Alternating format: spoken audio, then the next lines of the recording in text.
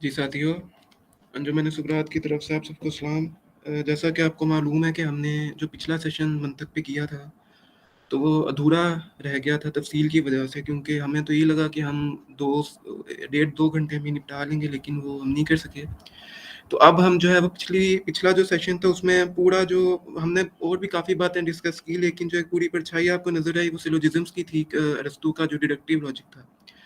तो ये है कि इस सेशन के अंदर जो है वो हम अरस्तू का जो बाकी का सिलोजिज़्म है वो तफ़सीली देखेंगे, मज़ीद डिटेल्स देखेंगे, और उसके अलावा डिडक्शन से हट के जो इंडक्टिव लॉजिक है, ताकि हम उसका जो एक अलग पहलू है, जैसे फ्रांसिस बेकन ने तनकीद पेश की, उसको देखेंगे।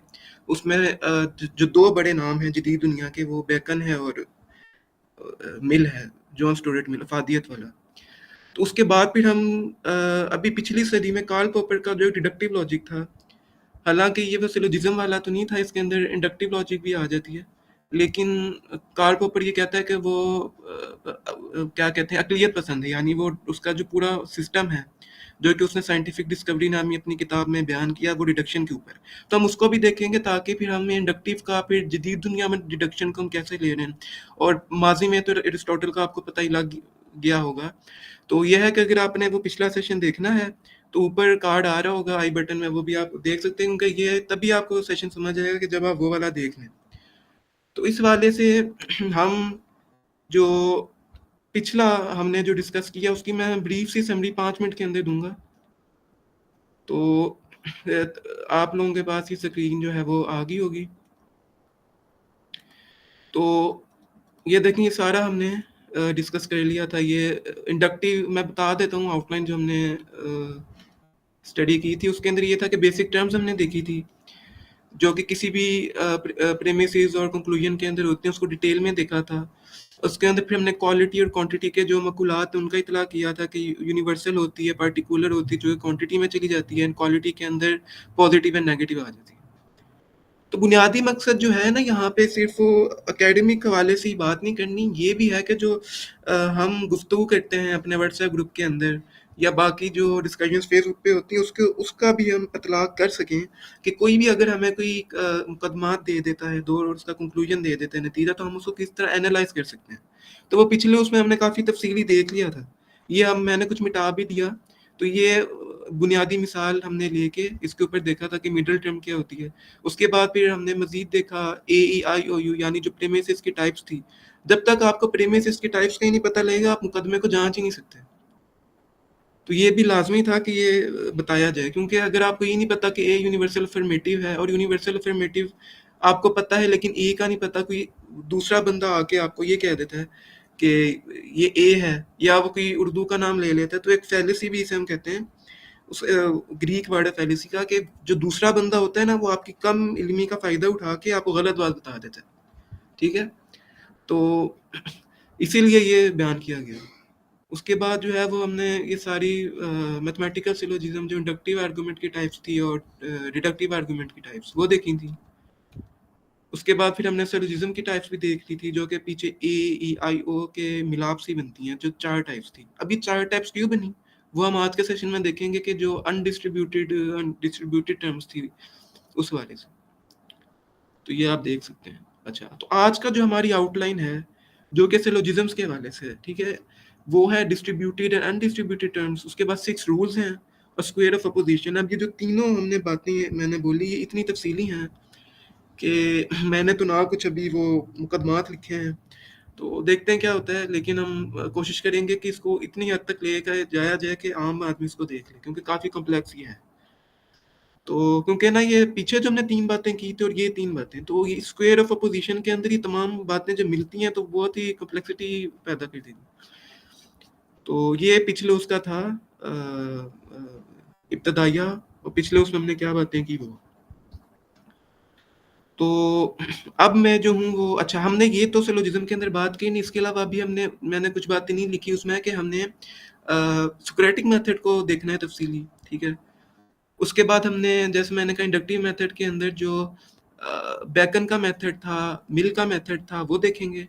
और उसके बाद जो फल्सिफाइबिलिटी, जो डिडक्शन थी, उसको देखेंगे कार्ल पॉपर। तो मैं 2-3 बातें और हैं मेरे दिमाग में, लेकिन वो मैं बाद में करूँगा। तो पहले मैं ये चाह रहा हूँ कि जो हसनैन भाई हैं, वो जो सुकरात का सुक्रेटिक मेथड था, उस हवाले से बात करें तफसीली, ताकि सुकरात का मेथड यही नहीं कि हमने बात कर ली, उसका इतना अहम किरदार है कि वो हम अपनी जो सोसाइटी के व्हाट्सएप ग्रुप है उसके ऊपर अप्लाई करके दूसरे जो लोग हैं उनको जांच भी सकते हैं, उनके कॉन्सेप्ट्स को ले सकते हैं। तो आप बात करें जी। जी हसनैन। जी अब्दुल्ला, सोक्रेटिक मेथड पे हम बात करेंगे। ये मेथड जो है उसकी बुनियाद ये है बेसिकली कि आप कोई भी स्टेटमेंट लेते हैं तो उसको सबसे पहले तो उसकी जो बेसिक कोई भी स्टेटमेंट होती है उसके कुछ ना कुछ एजम्पशन जरूर हो रही होती हैं। फॉर एग्जांपल, अगर जैसे हमने पहले बात की कि आइंदा से हम अपना जो सेशन है वो टाइम पे रखेंगे। अब आइंदा से हम अपना वीकली सेशन टाइम पे रखेंगे और कंप्लीट करेंगे। अब इस जुमले के अंदर एजम्पशन आ रही है कि एक तो हम वीकली सेशन पास्ट में करते रहे हैं, और दूसरी एजम्पशन ये आ रही है कि हम वो जो वीकली सेशन है वो टाइम पे नहीं कर रहे थे। अब ये दो एजम्पशंस थी जो इस जुमले को अगर आप इसको एनालाइज करें और इसकी एजम्पशंस को एक्सट्रैक्ट करें तो ये निकलेंगे दो। तो सोक्रेटिक मेथड का बेसिक जो रूल है, जो सुकरात डायलॉग्स की वे में किया करता था, वो ये था कि एक तो हर स्टेटमेंट की प्रिजम्पशंस को निकाला जाए, और फिर उसके बाद उनमें से वो प्रिजम्पशंस जो फैक्चुअल नहीं है या जो गलत हैं या जो कंट्राडिक्टरी हैं आपस में एक दूसरे के साथ, यानी कि एक वो assumption जो सही नहीं है, दूसरी वो assumption जो आपस में कंट्राडिक्ट कर रही हैं, इन दो को सारे डायलॉग से निकाला जाए। फॉर एग्जांपल, मुझे मेरा एक दोस्त आके कहता है कि यार मैं कभी झूठ नहीं बोलता, मैं हमेशा सच बोलता हूँ।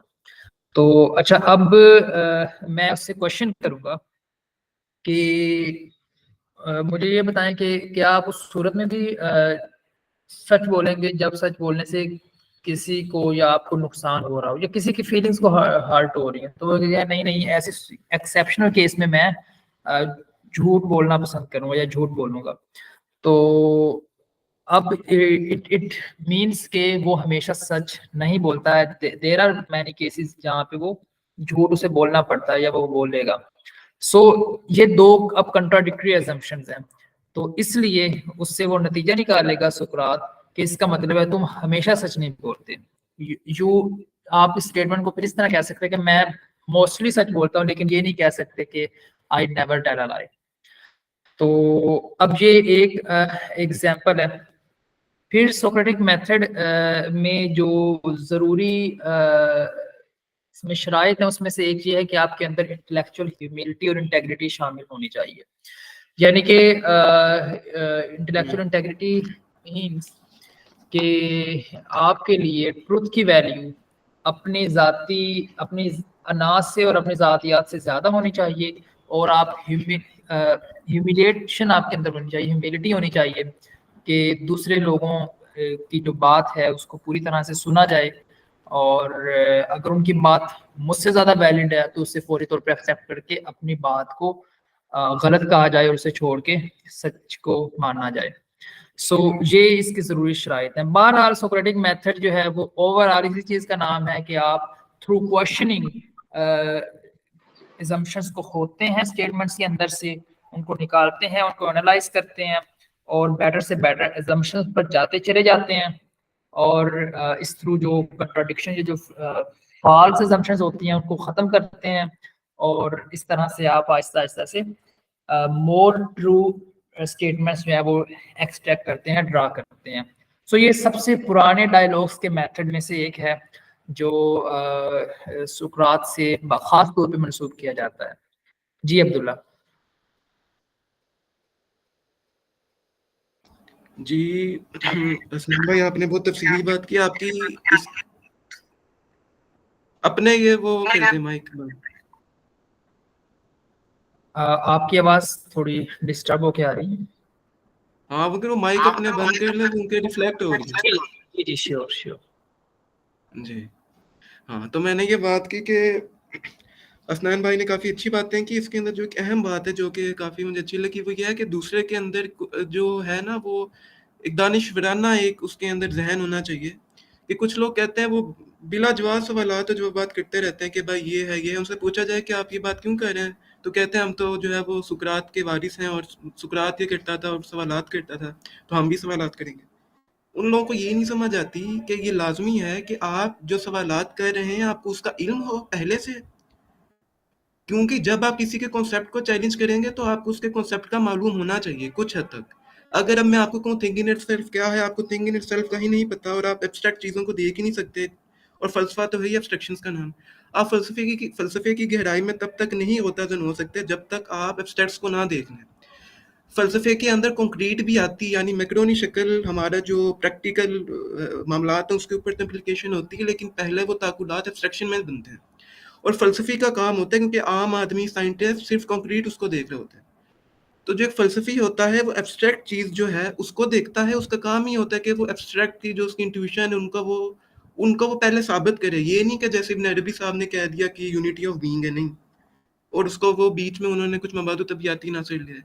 एक आपके पास हथियार होना चाहिए, वो हथियार होगा प्रैक्टिकल, लेकिन उस प्रैक्टिकल हथियार से आप थ्योरेटिकल को साबित करेंगे। यानी लॉजिक जो है वो हमारी आम जहनी सलाहियत है जो कि कंक्रीट है, लेकिन उसके जरिए आप उन एब्स्ट्रैक्शंस को साबित करेंगे, और उन एब्स्ट्रैक्शन को जब आप साबित कर लेंगे तो वो लॉजिक उसको जो है वो हमारी सोसाइटी के ऊपर अप्लाई कर देगी। ठीक है, मैं ख्याल से और यही हैगल की भी यही फिलोसफी है, जो हैगल वो कुल्ली एक फहम बनाता है। हम अगर टाइम मिला तो डायलेक्टिकल उसको भी देखेंगे। अच्छा, यहाँ पे सजील कुछ कहना चाहेगा इस पे, सुक्रेटिक मेथड पे? अ, असल में मैंने हसनैन भाई की पूरी गुफ्तगू नहीं सुनी, तो हो सकता है कि जो पॉइंट मैं उठाऊं वो शायद उन्होंने कवर कर दिया हो, तो इस वजह से। हम्म। अच्छा, नहीं, मैं ये कह रहा था कि ना हम इसको थोड़ा सा 5-10 मिनट और दें, क्योंकि मैंने कुछ पॉइंट्स लिखे हैं, और जो उसकी सुकरात के जो मुकालमे उनसे ना 2 मैंने हिस्से भी लिए हैं, कि उसके जरिए मैंने एनालाइज करें कि जो सुकरात है वो गुफ्तगू कैसे करता था। वैसे अब्दुल्ला भाई, ये जो जी। है बर्ट्रैंड रसल एक बात कहते हैं इस सुकरात के बारे में, कि ये हम्म। अपनी मर्जी के नतीजे तक पहुंचाने तक के सवाल करता था। तो इस पे आपका क्या स्टांस है? हम्म। यानी कि ये नहीं। अपनी मर्जी के नतीजे तक हाँ। बंदे को पहुंचाने की कोशिश करता था, ना कि या- सच तक पहुंचाने की। इस तरह उनकी एक बात है, उनकी बुक में देखो, शायद है। अभी हम, हाँ, वो रसल की बात जो है वो कुछ हद तक ठीक। अपने ये माइक प्लीज म्यूट कर दिया करें, वो रिफ्लेक्ट होती है बात। जी। मैं ये बात कह रहा हूँ कि जो रसेल बात कर रहा है वो उसकी ठीक, वो कुछ हद तक ठीक है, लेकिन सुकरात के जब हम मुकालमे देखते हैं ना, तो सुकरात बीच की लाइन पे ले आता है यार। ठीक है, चलें, जैसे मैं पहले भी एक मुकालमा पढ़ देता हूँ, फिर इस मुकालमे से ना हम 5-6 पॉइंट सक्सेस करेंगे। ये मुकालमा है सुकरात और उसके दोस्त एट्रियस जो है उसके मुताबिक। अब सुकरात जो है वो एट्रियस का ना कॉन्सेप्ट जो है, यानी एट्रियस जो है ना वो एक दुकान पे होता है, और वो ना बहुत ज्यादा पेंटिंग्स होती हैं, पेंटिंग्स खरीदना चाह रहा होता है अपनी वाइफ के लिए। ठीक है, तो वो 10-11 होती हैं पेंटिंग्स। तो वो सुकरात से ये मशवरा करता है कि आप मुझे बताएं कि मैं इससे कौन सी पेंटिंग खरीदूं, मुझे तो समझ ही नहीं आ रही, तमाम की तमाम इतनी खूबसूरत है। तो सुकरात कहता है व्हाट इज ब्यूटी, यानी वो उसने जो सवाल किया ना एट्रियस ने, वो उसके कॉन्सेप्ट को देखना चाह रहे हैं कि व्हाट इज ब्यूटी। एट्रियस कहता है physically attractive and pleasing to eye. यानी यहाँ पे एट्रियस ने एक वो लगा दी, एक टर्म लगा दी कि ब्यूटी वही है जो कि मादी ख्वाहिश रखती हो, जो कि मादी खसूसियात की हामिल हो। ठीक है, सुक्रेटस आगे से यही सवाल करता है कि मादी चीजें, तो कहते हैं ओनली विच प्लीजेज आई। आगे से एट्रियस कहता है यस। आगे से फिर सुक्रेटस आगे से फिर कॉन्ट्रडिक्टरी प्रपोजिशन कहता है why do people speak of music as beautiful, कि लोग जो है वो म्यूजिक को खूबसूरत क्यों कहते हैं। कि एक शायर जो है वो एक बिल्कुल सेहतमंद इंसान को मरने मारने पे तोल देता है, और बिल्कुल एक हट्टे कट्टे आदमी को रहबानियत की तरफ धकेल देता है कि म्यूजिक में इतनी ताकत है। तो एट्रियस कहता है कि right music too can be beautiful. देखिए अब यहाँ पे क्या बात हुई, सुकरात वही बधी, यानी हम मादी अशिया के आसपास ही देखते हैं ना कि म्यूजिक लोग ही गा रहे हैं। तो बर्ट्रैंड रसल जो बात करे उसकी बात कुछ हद तक ठीक भी है, लेकिन ये बात भी है कि सुकरात उन्हीं सच्चाइयों को लेके सामने आते हैं जो कि मारूस के अंदर मौजूद है। अभी हम जब नतीजे पे पहुंचेंगे तो नतीजे के अंदर जो सुकरात है वो बिल्कुल दरमियानी पोजीशन पे ले आता है कि जब सुकरात ये कहता है कि म्यूजिक भी तो है, म्यूजिक भी तो ब्यूटीफुल लोग कहते हैं, तो एट्रियस का बिल्कुल नजरिया बदल गया कि वो कहता है हाँ म्यूजिक भी ब्यूटीफुल है। आगे से फिर सुकरात कहता है why do people say that क्रोनस has mortar beauty. क्रोनस जो है ना वो एक अरिस्टोक्रेट था। क्रोनस कदीम यूनान में वो बहुत ज्यादा जो है ना वो स्कूल बनवाता था, गुसल खाने बनाता था, यानी एक जो है वो बहुत ज्यादा अतिया करता था। तो वो कहता है कि उसे मोरल ब्यूटी कहते हैं। तो आगे से क्या कहता है एट्रियस? एट्रियस कहता है moral character also lies in the domain of beauty, यानी जो मोरल कैरेक्टर है जिसको हम पे देख ही नहीं सकते वो भी इसके अंदर मौजूद है। तो सुकरात आगे से कहता है thus beauty is not only limited to physical attractiveness but also include other factors, यानी सिर्फ फिजिकल चीजें ही नहीं है, और भी बहुत सी चीजें हैं जिसको आप जो है वो कह सकते हैं कि वो ब्यूटी है। तो आगे से जो एट्रियस कहता है यस यू आर राइट। अब इसके अंदर हमें क्या बात नजर आती है कि एट्रियस को भी कुछ ना कुछ एलिमेंट्स का पता है, और वो उसके अंदर ये दानिशवराना खसूसियत है कि वो बाकी जो बातें हैं जो कि उसकी तस्वुरात से कॉन्ट्रडिक्ट कर रही हैं, जैसे बात हसनैन भाई ने की, वो उसको भी कबूल करते हैं। अब इस मुकालमे से हम ना 2-3 चीजें लाएंगे कि इसका इतलाक हम अपनी सोसाइटी में भी करेंगे कि हम देखेंगे कि जो दूसरा बंदा बात कर रहा है वो क्या बात कर रहा है, और वो जो उसके नजरियात हैं उसको हम कैसे देखेंगे। तो पहला जो लम्हा है, एक मिनट मुझे जरा टाइम दे, मैं वो अपने पेज ले आऊँ, एक मिनट लाना भूलूँ, एक मिनट।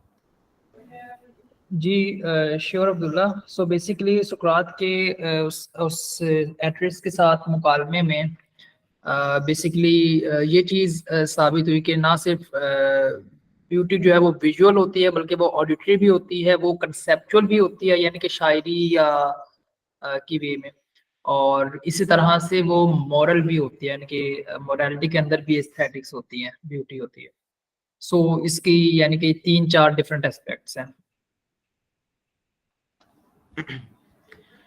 जी मुझे मेरी आवाज आ रही है? जी जी आवाज आ रही है।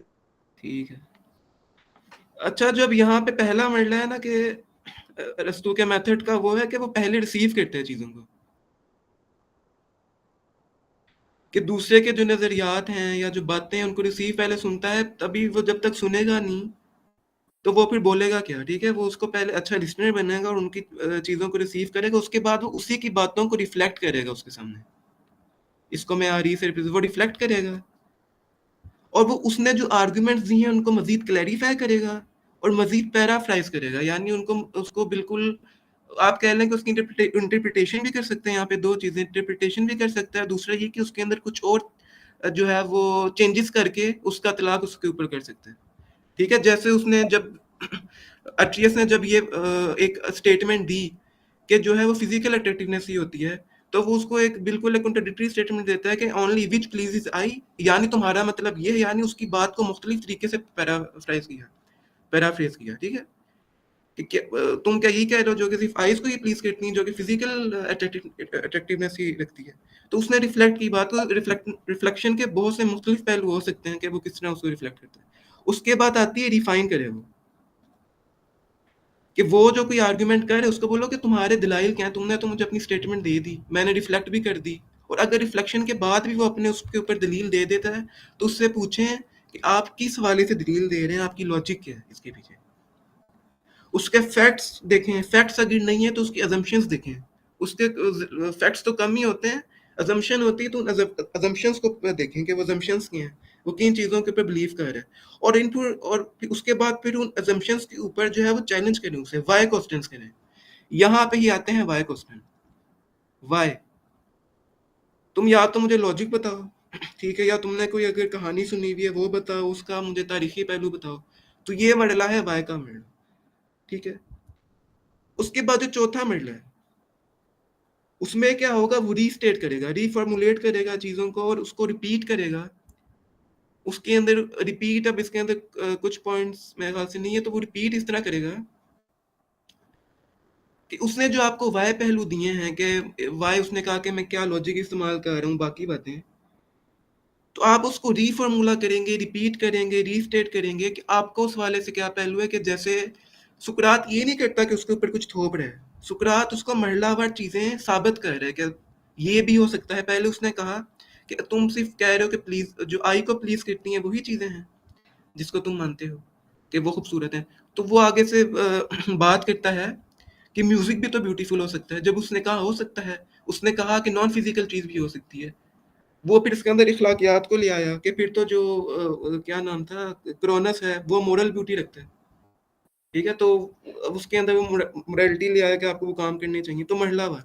तो जो रसल बात करता है वो कुछ हद तक ठीक भी है, जुज़वी तौर पे ठीक है, जुज़वी तौर पे गलत है, क्योंकि सुकरात बातें थोप नहीं रहा, वो मारूफ से अंदर ही चीज़ों को ला रहा है और उसको सिखा रहा है। यानी ये टीचर एंड स्टूडेंट का है, और इसमें टीचर स्टूडेंट भी नहीं होता, दोनों ही स्टूडेंट होते हैं। यानी सुकरात भी स्टूडेंट है और एट्रियस भी स्टूडेंट है।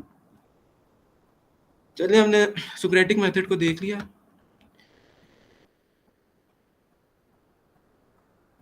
अब हम, अच्छा अब ये चलें जी। अच्छा, अब सजील आपने वो पहले वाला सेशन लिया था YouTube नहीं, पे? मैं उसमें मौजूद नहीं था। अच्छा, क्योंकि चलो फिर हम शुरू कर देते हैं, क्योंकि इसके अंदर तमाम वो पहली बात है। अच्छा, यहाँ पे ना डिस्ट्रीब्यूटेड एंड अनडिस्ट्रीब्यूटेड टर्म्स होती हैं सिलोजिज्म्स के अंदर। हमने कल जो है वो हमने पिछला सेशन के अंदर 3 टाइप्स पढ़ी थी सिलोजिज्म्स की। उन सिलोजिज्म्स से ही फिर प्रीमिसेस की टाइप्स पढ़ी थी, ए, ई, आई, ओ। अब इन्हीं प्रीमिसेस के मिलाप से, जोड़ तोड़ से जो है वो क्या होता है कि सिलोजिज्म्स बन जाते हैं। यानी ए, ई आई ओ आई ई, तो 4 थे, ठीक है। तो यहाँ पे जो डिस्ट्रीब्यूटेड टर्म्स हम देखते हैं, जो प्रीमिस होता है उसका सब्जेक्ट और प्रेडिकेट। अब यहाँ पे आपने वो, हमने ये भी देखा था कि कंक्लूजन का हम देखते हैं, ये कंक्लूजन का, ठीक है। अब कंक्लूजन के अंदर आपको याद हो तो पी को हमने कहा था कि पी होती है जो कंक्लूजन का प्रेडिकेट होता है वो होता है माइनर मेजर प्रेमिस, और जो सब्जेक्ट होता है कंक्लूजन का वो होता है माइनर टर्म। और इन्हीं से ही हम फिर, यानी कुछ लोग होते हैं वो ऊपर से ही तयन कर देते हैं कि मेजर प्रीमिस है, माइनर प्रीमिस है। नहीं, आप कंक्लूजन से ऊपर की तरफ जाएंगे कि जो कंक्लूजन निकाला है वो उसने किस बेसिस पे निकाला है। तो कंक्लूजन से ही मेजर और माइनर टर्म का तयन होगा, फिर मेजर और माइनर टर्म से मेजर और माइनर प्रीमिस का। तो हम यहाँ डिस्ट्रीब्यूटेड और अनडिस्ट्रीब्यूटेड टर्म्स देखेंगे सब्जेक्ट एंड प्रेडिकेट के हवाले से। तो ये माइनर और मेजर प्रेमिस की सब्जेक्ट एंड प्रेडिकेट, ठीक है, ताकि कंफ्यूजन ना हो। अब डिस्ट्रीब्यूटेड टर्म्स कौन सी हैं? डिस्ट्रीब्यूटेड टर्म्स हैं ये पहली दो, और अनडिस्ट्रीब्यूटेड टर्म्स हैं ये तो। यानी जो डिस्ट्रीब्यूटेड टर्म्स हैं वो ए है और ई है, और जो अनडिस्ट्रीब्यूटेड टर्म्स हैं वो आई और ओ है। अब फिर हम थोड़ा देख लेते हैं, ए क्या था? Universal affirmative. और ई क्या था? Universal negative. आई क्या था? Particular affirmative. और ओ क्या था? Particular negative. यानी यहाँ पे जो यू यानी यूनिवर्सल और पार्टिकुलर नजर आ रहा है, ये क्वांटिटी की जो मकुलात हैं वो हैं, और नेगेटिव और अफर्मेटिव यानी नेगेटिव और पॉजिटिव नजर आ रहा है, वो क्वालिटी के मकुलात हैं। तो समझ ही लगा कि जो डिस्ट्रीब्यूटेड टर्म्स होती हैं वो हमेशा आएगा ऑल या नो। यूनिवर्सल अफर्मेटिव जब कहेंगे तो कहेंगे ऑल ह्यूमंस आर मॉर्टल, और जब यूनिवर्सल नेगेटिव कहेंगे तो नो ह्यूमंस आर मॉर्टल। यानी नो भी जो है वो नेगेटिव टर्म है, लेकिन ऑल है, यानी नो जब आएगा तो वो ऑल को रिप्रेजेंट करेगा। तो अब इसमें हमने देखना है कि सब्जेक्ट क्या होता है और प्रेडिकेट। यानी सब्जेक्ट डिस्ट्रीब्यूट होगा, प्रेडिकेट वो हम देखते हैं कैसे होता है। उसके बाद अनडिस्ट्रीब्यूटेड टर्म्स में हम सिर्फ पार्टिकुलर में देखेंगे, यानी सम को देखेंगे। Some humans are mortal, some humans are not mortal, ठीक है। पहले मैं यूं करता हूँ कि थोड़ा जो है ना वो मसला ना हो, तो यहाँ पे ना मैं एक वो लिख देता हूँ,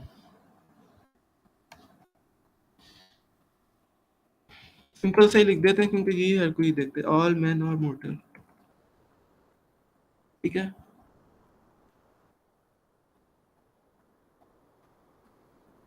फिर हम लिखते हैं सोक्रेटिस इज अ मैन।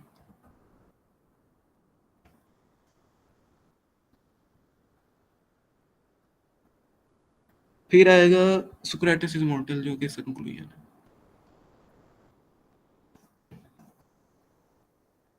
अब यहाँ पे हमने मिडिल टर्म भी देखी थी क्या होती है, बाकी बातें इसी उस पे देखी थी। तो ये हमने एक मिसाल ले ली, तो जब जो हम पहली देखेंगे वो हम ए प्रेमिस को देखेंगे कि जो ए प्रेमिस है, ए यानी ए क्या है, ए है यूनिवर्सल अफर्मेटिव, या यूनिवर्सल अफर्मेटिव की जगह आप कह लें कि पॉजिटिव। अब इसमें हम क्या लाते हैं कि ऑल मैन आर मोर्टल, यानी all S is P, all S is P. अब यहां हम ना वो सर्कल्स बनाएंगे, ठीक है। ऑल एस इज पी यानी तमाम एस जो हैं, ये एस है, वो पी के अंदर है, ठीक है। अच्छा, सबसे पहले गलती होगी कि मैंने ये नहीं बताया कि डिस्ट्रीब्यूटेड टर्म्स क्या होती हैं और अनडिस्ट्रीब्यूटेड टर्म्स क्या होती हैं। तो हम डिस्ट्रीब्यूटेड और अनडिस्ट्रीब्यूटेड को देख लें। डिस्ट्रीब्यूटेड से मुराद हम वो टर्म्स लेते हैं कि जो कुल्ली तौर पे इंक्लूड और एक्सक्लूड हो, यानी ऑल क्वांटिटी हो और वो या तो इंक्लूड हो रही हो या एक्सक्लूड, यानी इन दोनों के अंदर जो डिस्ट्रीब्यूटेड और अनडिस्ट्रीब्यूटेड टर्म्स में कॉमन बात है वो ये है कि दोनों ही इंक्लूडिंग और एक्सक्लूडिंग होती हैं, लेकिन इनमें क्वांटिटी का फर्क है कि डिस्ट्रीब्यूटेड के अंदर ऑल आता है और अनडिस्ट्रीब्यूटेड के अंदर सम आता है, यानी पार्टिकुलर। इसीलिए मैंने पीछे अगर आपको बताऊं, ये मेरे ख्याल से आपको पहली समझ शायद आ गई हो, क्योंकि इसमें डिस्ट्रीब्यूटेड में हमने सिर्फ ऑल के मकुलात लिए, यूनिवर्सल अफर्मेटिव, तो इसमें ऑल जब इंक्लूड एक्सक्लूड होंगी, और अनडिस्ट्रीब्यूटेड के अंदर पार्टिकुलर लिया है तो सम इंक्लूड होंगी या सम एक्सक्लूड होंगी। तो इसके अंदर क्या है कि जो सब्जेक्ट है, यानी ये ऑल एस जो है वो क्या हो रहा है, ऑल एस कुल्ली तौर पे क्या हो रहा है, इंक्लूड हो रहा है एस के अंदर, यानी एस पी को पूरा नहीं ले रहा, क्योंकि सिर्फ जो है वो मैन ही जो है वो मोर्टल नहीं है, कीड़े मकोड़े भी मोर्टल है, तो ये बीच की जगह पे आ जाएंगे कीड़े, मछलियां, तमाम चीजें जो भी लिविंग बीइंग है वो। तो यहाँ पे एस हमने पूरे का पूरा इंक्लूड कर दिया, तो एस जो है यहाँ पे वो ऑल एस इज पी। तो यहाँ पे जो सब्जेक्ट है हमारा वो डिस्ट्रीब्यूटेड है और प्रेडिकेट हमारा अनडिस्ट्रीब्यूटेड है, यानी प्रेडिकेट जो है वो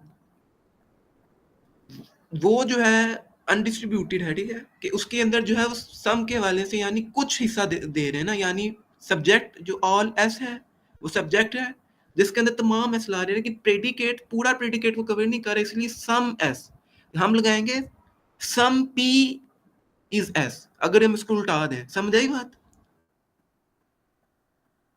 जी जी आ रही है। यानी ऑल एस इज पी है, तो पी एस इसीलिए डिस्ट्रीब्यूटेड है और पी इसीलिए अनडिस्ट्रीब्यूटेड है कि एस तो पूरा जा रहा है एस के अंदर, लेकिन पी का वो पूरी जगह नहीं गह रहा, तो हम अगर इसको उल्टा दे तो कहेंगे सम पी इज एस, यानी कुछ पी है जो एस है और सम पी जो यहाँ पे आया है जो कि प्रेडिकेट है, हमने वो पहले उल्टा दिया, तो पी यहाँ पे अनडिस्ट्रीब्यूटेड है क्योंकि उसके अंदर सम अनडिस्ट्रीब्यूट हो रहा है, ठीक है, यानी उसके अंदर से जो कुछ चीजें हैं वो इंक्लूड उसमें होगी, ठीक है। जैसे हम कहें कि ऑल कैट्स आर मैमल्स, तो इस तरह सारे मैमल्स तो सारे कैट्स तो मैमल नहीं होते, मतलब सब मैमल्स तो कैट्स नहीं होते ना, तो ये बात बिल्कुल, और बाकी चीजें आ जाएंगी, तो बिल्कुल ठीक एग्जांपल दी, तो ये अभी हो।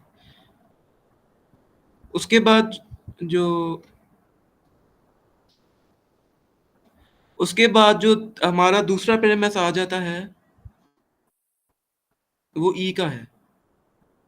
अब मैं जल्दी बताऊंगा, क्योंकि ई के अंदर क्या होता है, यूनिवर्सल नेगेटिव, यानी no S is P, no S universal negative, ये आ गया ना, नो एस इज पी, यानी नो जब आ गया तो उसी वाले को उल्टा दें कि नो जब आ गया तो वो भी ऑल ही है, तो नो एस, एस भी अलग हो गया, पी भी अलग हो गया, यानी ये कुल्ली तौर पे आपस में जो है वो अलग हो रहे हैं। तो इनको हम क्या कहेंगे, इनको हम कहेंगे कि जो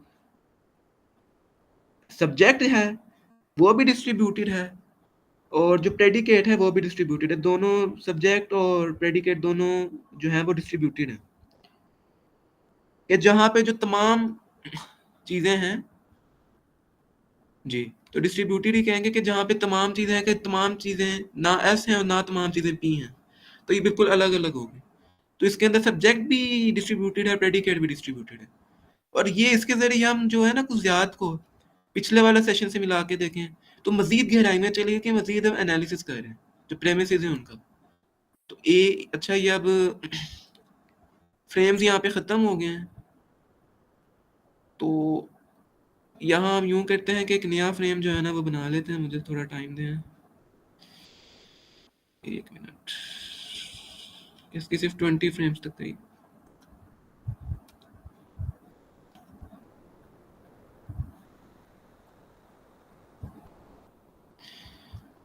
एक मिनट।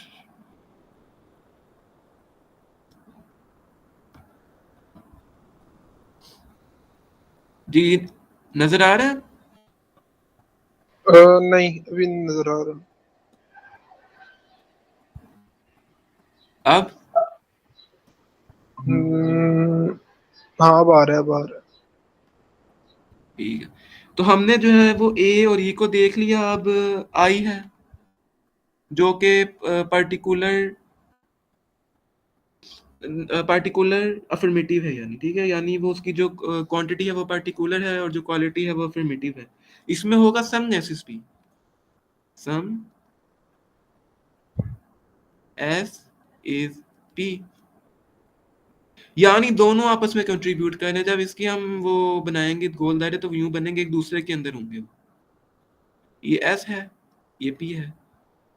तो सम एस इज पी, जब हम कह रहे हैं कि सम एस इज पी, तो पी भी तो कंट्रीब्यूट कर रहे हैं ना, पी भी कंट्रीब्यूट कर रहा है, एस भी।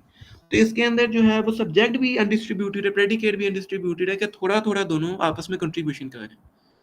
ठीक है, ए आई ओ। अब ओ हम देखते हैं, ओ होगा हमारा जो पार्टिकुलर जो नेगेटिव है उसको हम कहेंगे ओ। अब इसमें हम क्या लिखें, some S is not P, some S is not P.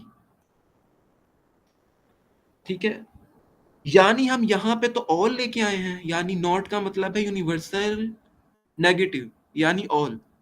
और यहाँ पे सम एस है, यानी यहाँ पे हम पार्टिकुलर के वाले से चीज ले आए। तो यहाँ पे क्या होगा, ये पिछले वाले की तरह ही बनेगी, लेकिन उलट के, जैसे हमने उसमें देखा था। इसमें भी दोनों में मदगम होंगी, लेकिन पी तो उसमें होगा ठीक है कुल्ली, लेकिन एस उसमें कंट्रीब्यूट नहीं कर रहा होगा। ठीक है, सम एस इज नॉट पी। यहाँ पे हम यूं कर देंगे कि इसके अंदर जो सब्जेक्ट है यानी जो एस है वो अनडिस्ट्रीब्यूटेड है, कि कुछ है, और इसके अलावा जो प्रेडिकेट है वो डिस्ट्रीब्यूटेड है, कि वो कुल्ली तौर पे उसका अता कर है। लेकिन सम एस इज नॉट पी। ठीक है, तो इसमें तो था कि हम विद एग्जांपल्स अगर देखते हैं ना तो ये मजीद उसका हो जाता है, लेकिन टाइम की जो है वो किल्लत है, तो इस वजह से जो है हम यहीं तक ही रखते हैं। तो मेरे ख्याल से वो ठीक हो गया। अब हमारा जो दूसरा एक हमने चीज़ को देखना है, वो मज़ीद हम तफसील में चले जाएंगे, और मेरे ख्याल से वो काफ़ी तफसील है। वो है कि सिलोजिज्म्स का जो अरिस्टोटल ने दिए उसके 6 रूल्स, या हम उसे कहते हैं 6 फैलिसीज भी बनाएंगे। ठीक है, कि क्या 6 रूल्स हैं, और इन उन 6 रूल्स को आप जो है वो प्रेमिसेस की टाइप्स आपको समझनी पड़ेंगी, फिर आपको सिलोजिज्म्स की टाइप्स को तफसीली देखना पड़ेगा जो हमने पिछले उसमें देख लिया था, फिर खास तौर पर इन डिस्ट्रीब्यूटेड एंड अनडिस्ट्रीब्यूटेड टर्म्स को देखना पड़ेगा। तो जैसे कि पिछले सेशन में हमने बात की थी कि कोई भी प्रेमिस होता है, यानी 2 प्रेमिसेस हैं, एक कंक्लूजन है, तो उसके अंदर जो है तीन तीन कुल्ली तौर पे उसका वो होंगी, निस्बतें होंगी या हद होंगी, या 3 तरह की हम टर्म्स लेंगे, माइनर टर्म, मेजर टर्म और मिडल टर्म। माइनर और मेजर का तो मैंने पहले बता दिया कि माइनर टर्म जो है उससे माइनर टर्म जो है वो कंक्लूजन में होती है, और माइनर टर्म जो है वो कंक्लूजन का सब्जेक्ट होता है, और मेजर टर्म जो कंक्लूजन होता है उसका प्रेडिकेट होता है। और माइनर टर्म से ही जो है वो माइनर जो प्रेमिस है उसका तयन होता है, और मेजर टर्म से ही मेजर प्रेमिस का तयन होता है। और हमने उसका फिर मजीद तफसील से देखा था कि वो कैसे होता है बाकी। और मिडल टर्म क्या होती है, मिडल टर्म होती है जो कि जिसका ताल्लुक कंक्लूजन में नहीं होता, यानी अगर मिडल टर्म आपकी, यानी मैंने कहा all man is man, all man are mortal, Socrates is a man. तो यहाँ पे जो मैन है वो मिडिल टर्म है, यानी मैन जो है वो दोनों प्रीमिस 1 में भी आ रहा है, प्रीमिस 2 में भी आ रहा है, लेकिन वो कंक्लूजन में अगर आ गया तो आपका पूरा का पूरा मुकदमा खारिज। यानी जो मिडिल टर्म है उसका ताल्लुक जो है वो सिर्फ ऊपर के दो प्रीमिस यानी मेजर और माइनर प्रीमिस से है, ठीक है। तो मिडिल टर्म वो होती है कि जो कि 2 दफा रिपीट हो, ठीक है। तो ये है, तो पहला जो रूल है,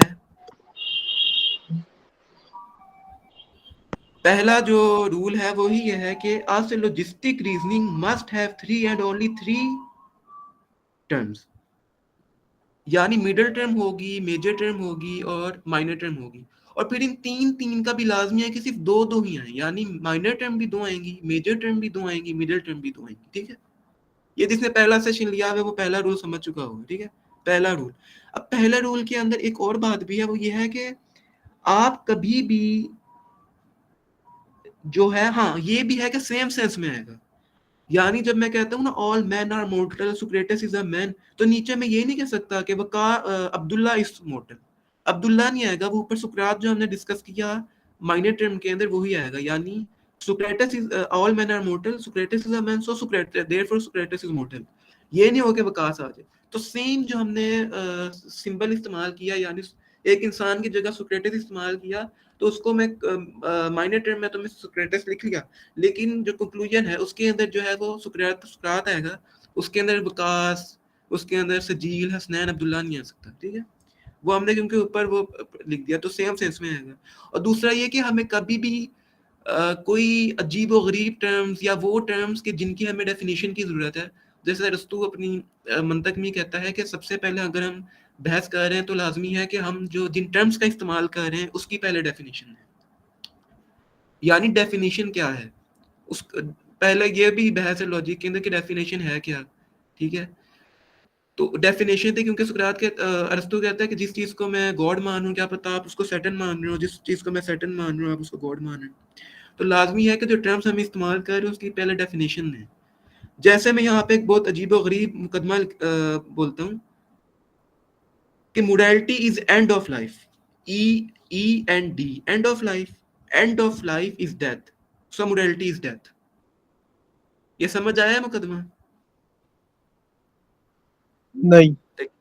देखिए मोडालिटी एंड ऑफ लाइफ, यानी ये जो ई एंड डी है, एंड ऑफ लाइफ, यानी मोडालिटी क्या है। अब जरूरी था कि जिसने ये मुकदमा दिया है वो इसका मीनिंग बताए। इसके 2 मीनिंग होते हैं, एक मीनिंग का तो हमें पता है कि खात्मा, दूसरा होता है पर्पस।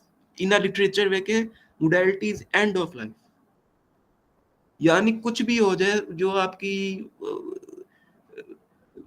जिंदगी का पर्पस है वो मोरालिटी है। जब तक आप एक दूसरे को नहीं देखते, एक दूसरे का गम नहीं महसूस करते, खुशी नहीं महसूस करते। तो नीचे लिखता है end of life is death, और एंड ऑफ नीचे दूसरे प्रीमिस में जो है वो purpose of life is death, यानी end of life is death का मैंने दूसरे प्रीमिस में, यानी purpose of life is death, यानी मोडालिटी जो है वो हमारा पर्पस है, वो purpose of life is death, ठीक है।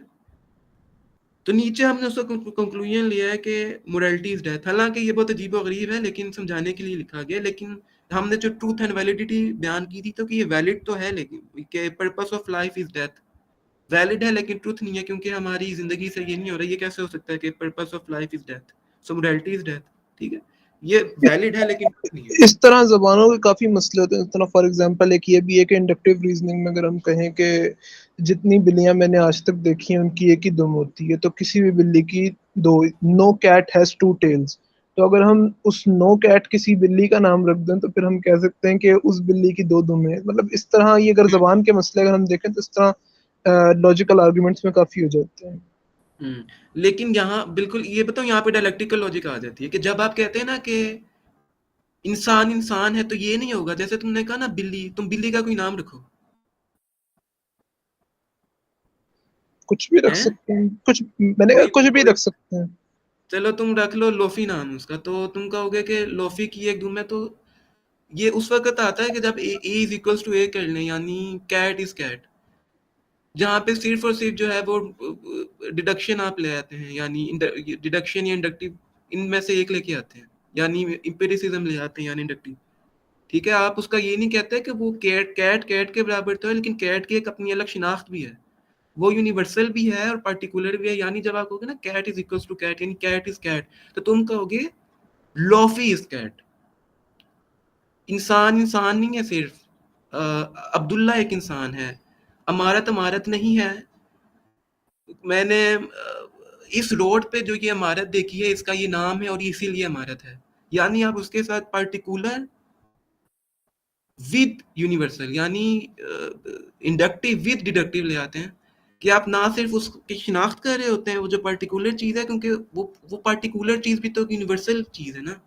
यानी कैट लेकिन कैट लेकिन अगर आपने हाँ लेकिन अगर हमने कहना हो कि सब बिल्लियों की एक दुम होती है, जितनी बिल्लियां या मैंने देखी हैं उनकी एक दुम होती है, तो मैं इससे ये करता हूँ कि किसी बिल्ली की दो दुमें नहीं होती। तो फिर नो कैट को हम अगर किसी बिल्ली का नाम कर दें तो फिर वो मसला पैदा होता है, ये मैं कहना चाह रहा था। हाँ नहीं देखो, नो कैट फिर वो तुम्हें ये बताना पड़ेगा कि तुमने इंडक्टिव के जरिए जनरलाइजेशन की है या वो फिर तुमने पहले से ही कोई प्रीसपोज कर लिया।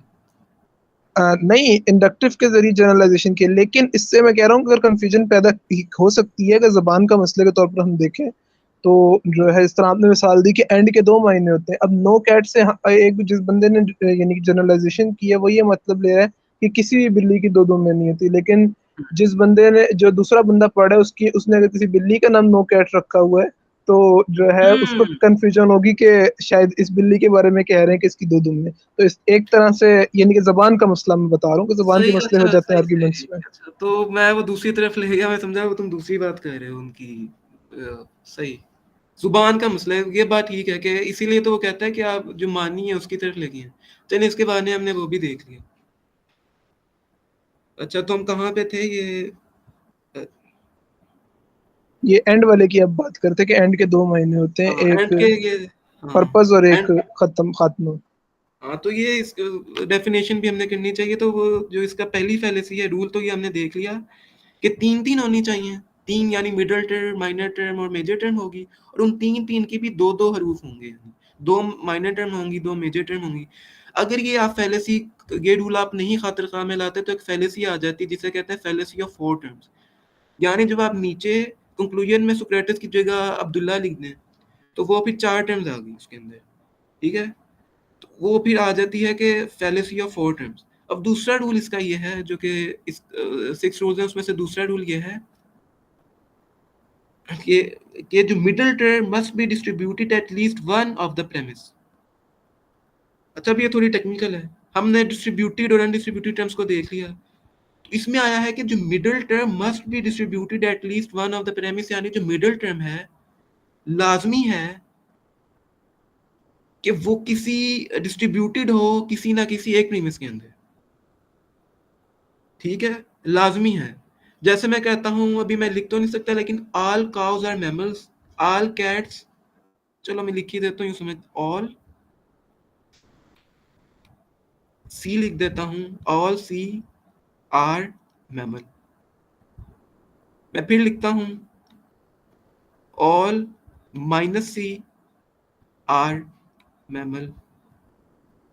कंक्लूजन ले आता हूँ all positive C are cows, या all positive C are minus C, ठीक है, ये मैं ले आता हूँ, ये हमने देख लिया। अब यहाँ पे हम देखेंगे तो लाजमी है कि डिस्ट्रीब्यूटेड हो कोई ना कोई एक मिडल टर्म। अब यहाँ पे मिडल टर्म क्या है, ये है मिडल टर्म। यहाँ पे तो सी और माइनस सी प्रेडिकेट है, सब्जेक्ट नहीं, यहाँ पे दोनों प्रेडिकेट जो हैं, मेजर में भी माइनर में भी ये दोनों प्रेडिकेट जो हैं वो मिडल टर्म है, और दोनों की दोनों अनडिस्ट्रीब्यूटेड, यानी यहाँ पे जो सम है यानी ऑल पहले यूनिवर्सल है, और यानी ऑल सी आर मेमर। तो यहाँ पे ये पहली बात, तो इसके अंदर दो तीन बातें आ जाएंगी कि ये है पहले प्रेडिकेट, दूसरा ये है कि यहाँ पे सम आया है और सम जो है वो होता है आपका जो अनडिस्ट्रीब्यूटेड, तो और दोनों ही अनडिस्ट्रीब्यूटेड हैं। तो यहाँ पे मामला क्या हो जाता है कि हमने ऊपर रूल देखा कि मिडिल टर्म लाजमी है कि कोई ना कोई एक मिडिल टर्म जो है वो डिस्ट्रीब्यूटेड हो, यानी वो, यानी यहाँ पे हम लिखते हैं ना ऑल एम, यानी यहाँ लिख देते, ये यहाँ ले आते all M R minus C, ठीक है, ऑल एम आर माइनस सी। तो फिर हमारा जो है वो कंक्लूजन सही निकल आता है, ठीक है। क्योंकि जब हम लिखते हैं ना ऑल एम आर माइनस सी, तो हमारा फिर जो कंक्लूजन है वो निकलता, एक मिनट में यहाँ ग्राम लिखता हूँ। all mammals are not cow। हाँ बिल्कुल, ऑल मैमर्स आर, बिल्कुल बेहतरीन। तो ये हमारा रिजल्ट निकलता और तब ये हमारा सही होता। ठीक है, अब हमने ना वो हमने नहीं देखी, अगर हम इसको यूं ऊपर ऊपर से देख लेना, हम उनकी तफसील में ना जाए तो ये बिल्कुल ठीक लगता है, क्योंकि हम एक देखते हैं इसके अंदर ना मिडिल टर्म्स के हवाले से ना हम मुख्तलिफ वो बनाते हैं मॉडल्स। तो उनमें से एक मॉडल ये होता है कि प्रेडिकेट होता है, एस होता है, और दो मिडिल टर्म्स एक दूसरे के ऊपर होती हैं। तो अगर अब कोई बंदा सिर्फ यहाँ तक अपने आप को महदूद रखता है कि ये इसका आता है दूसरा मॉडल है, ये शायद हमने नहीं देखा, तो इसमें ये एक दूसरे के ऊपर तो आ रही हैं, तो वो यहाँ से ही कह दे कि ठीक है, लेकिन हमें हर पहलू से देखना होता है मुकदमे को, हर पहलू से हम फैलेसीज देखते हैं, मिडिल टर्म कितनी बार आई, माइनर टर्म कितनी बार आई। ठीक है, और ये वैलिडिटी है कि ट्रूथ है, इसके अंदर मटेरियल ट्रूथ है या फॉर्मल ट्रूथ है। तो अगर ये दोनों अगर नहीं आती तो वो मुकदमा ही हमारा बिल्कुल अजीब सा हो जाएगा। ठीक है, कि हम किस हवाले से बात कर रहे हैं। ठीक है, यानी अगर मैं इसके ऊपर इसकी मिसाल दूं ना, कि चले मैं, हमने यहाँ पे एक मिसाल ली थी कि all man are mortal, Socrates is a man.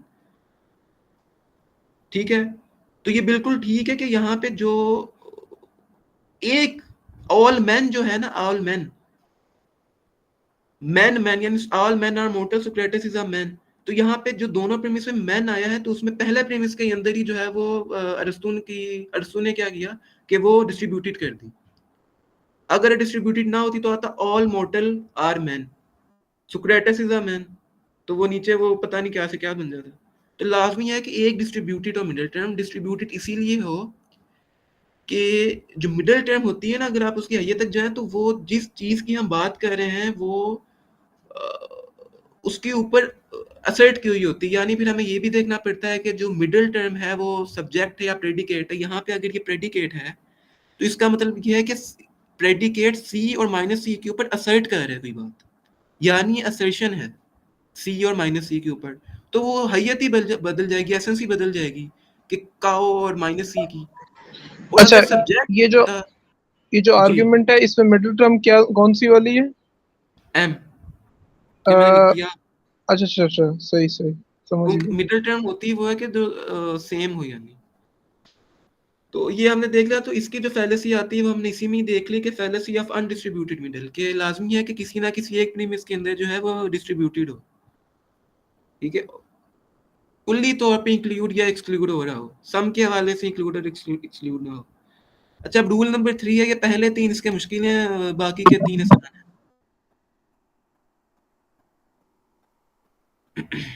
अच्छा, अब तीसरे वाला जो हमारी फैलेसी है वह, if a term is distributed in the conclusion then it must be distributed in a premise. यानी अगर कोई टर्म डिस्ट्रीब्यूट हुई है कंक्लूजन के अंदर तो जरूरी है कि वो प्रेमिस के अंदर भी डिस्ट्रीब्यूटेड हो। अपने माइक ऑफ कर लें। फिर पानी भी पकड़ाना पड़ेगा।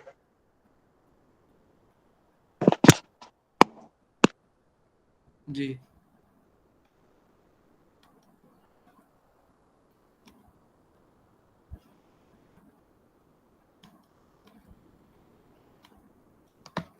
अच्छा जी, हम आगे बढ़ते हैं, प्लीज वो माइक अपने कर दिया करें मैं। तो तीसरा रूल है कि if a term is distributed in the conclusion then it must be distributed in a premise. यानी अगर कोई टर्म डिस्ट्रीब्यूट होती है कंक्लूजन के अंदर, तो लाजमी है कि वो आपका जो किसी ना किसी एक प्रेमिस के अंदर भी उसका डिस्ट्रीब्यूट होना लाजमी। जैसे मैं लिखता हूँ ऑल फिशेस आर मैमल्स, फिर मैं लिखता हूँ ऑल मैमल्स आर एनिमल्स, ये मैं ए लिख ए एन, फिर मैं लिखता हूँ ऑल एनिमल्स आर फिशेस। ठीक है, अब क्या बताया गया है कि if a term is distributed in the conclusion then it must be distributed in a premise, यानी यहाँ पे एनिमल जो है कुल्ली तौर पे डिस्ट्रीब्यूट हो रहा है, यानी डिस्ट्रीब्यूटेड वो होता है कि जो कुल्ली तौर पे या तो इंक्लूड हो रहा हो या एक्सक्लूड हो रहा हो।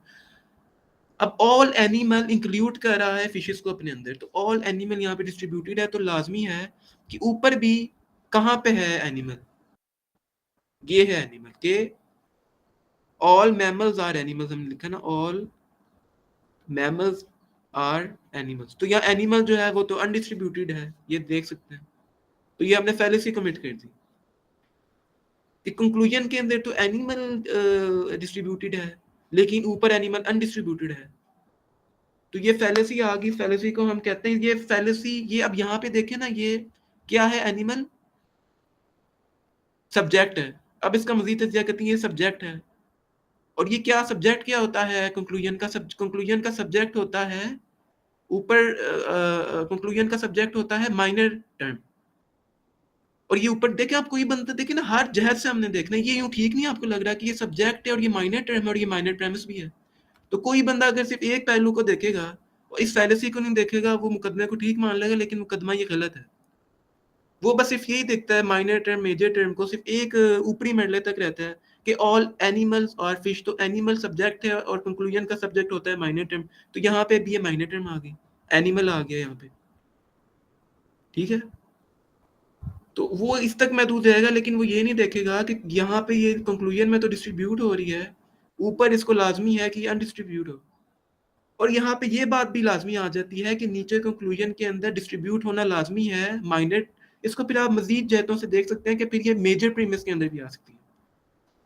जो फैलेसी ये हमने माइनर टर्म के अंदर फैलेसी कमिट की, तो इस माइनर टर्म की फैलेसी को हम कहते हैं इलिसिट माइनर, और अगर हम यही फैलेसी मेजर प्रीमिस के ऊपर करते हैं तो इसे कहते हैं इलिसिट मेजर।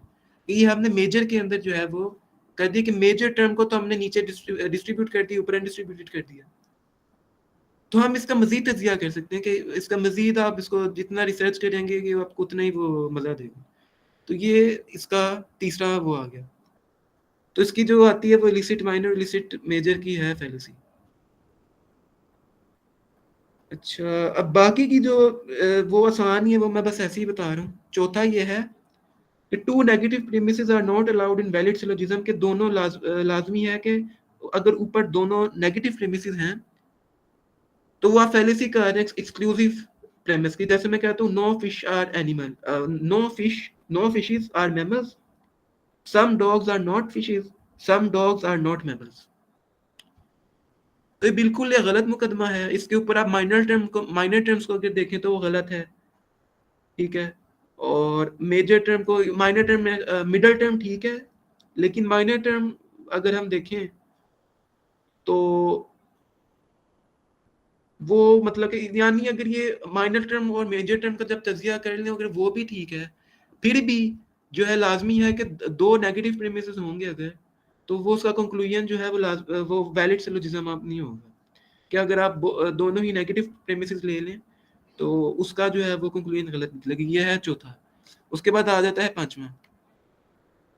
पांचवा ये है कि if both premises are universal then conclusion can not be particular, यानी अगर आप मेजर और माइनर प्रीमिस को यूनिवर्सल ले रहे हैं तो ये हो ही नहीं सकता कि जो कंक्लूजन है वो आपका आ जाए क्या कहते हैं पार्टिकुलर, वो भी वो जो है वो पार्टिकुलर नहीं आ सकता, वो भी यूनिवर्सल ही आएगा, ठीक है। अच्छा, इसके अब एग्जांपल हम रहने देते हैं। छठा आएगा if either premise is negative then conclusion must be negative, यानी अगर माइनर और मेजर प्रीमिसेस में से एक भी अगर नेगेटिव आ जाता है, एक भी, तो लाजमी है कि उसका कंक्लूजन नेगेटिव आए।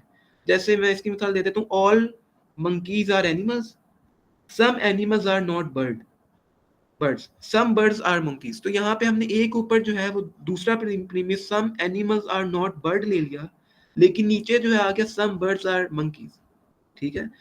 तो अब मैंने ये जो बोला है ना ये मुकदमा, इसको आप पीछे हमने जो देखा डिस्ट्रीब्यूटेड एंड डिस्ट्रीब्यूटेड टर्म्स के अंदर या तो फैलेसी हो रही होगी, यानी अरिस्टोटल ने जो ये 6 फैलेसीज या 6 रूल्स बनाए हैं वो अपनी पिछली बातों से ही बनाए हैं, ठीक है। या जरूरी हो सकता है कि कोई डिस्ट्रीब्यूटेड होना हो, अनडिस्ट्रीब्यूटेड होना हो तो डिस्ट्रीब्यूटेड हो, तो उसने वो नहीं सी यानी वो इस्तखराज करता चला गया तो ये इसके जो है वो 6 रूल्स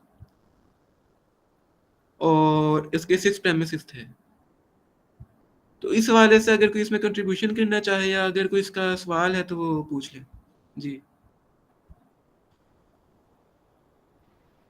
जैसे कि ये भी मिसाल है, इस तरह आपने वो ये तीसरे की शब्द दे रहे थे, तो उसमें वो ये भी है कि जिस तरह मैं कहूँ कि ऑल कैट्स आर मैमल्स और I am a mammal so I am a cat, तो ये है कि हमने वो वही जो आप तीसरी उसमें पॉलिसी में बता रहे थे वही गलती की है कि जो है सब, यानी जो वो डिस्ट्रीब्यूटेड, नेगेटिव।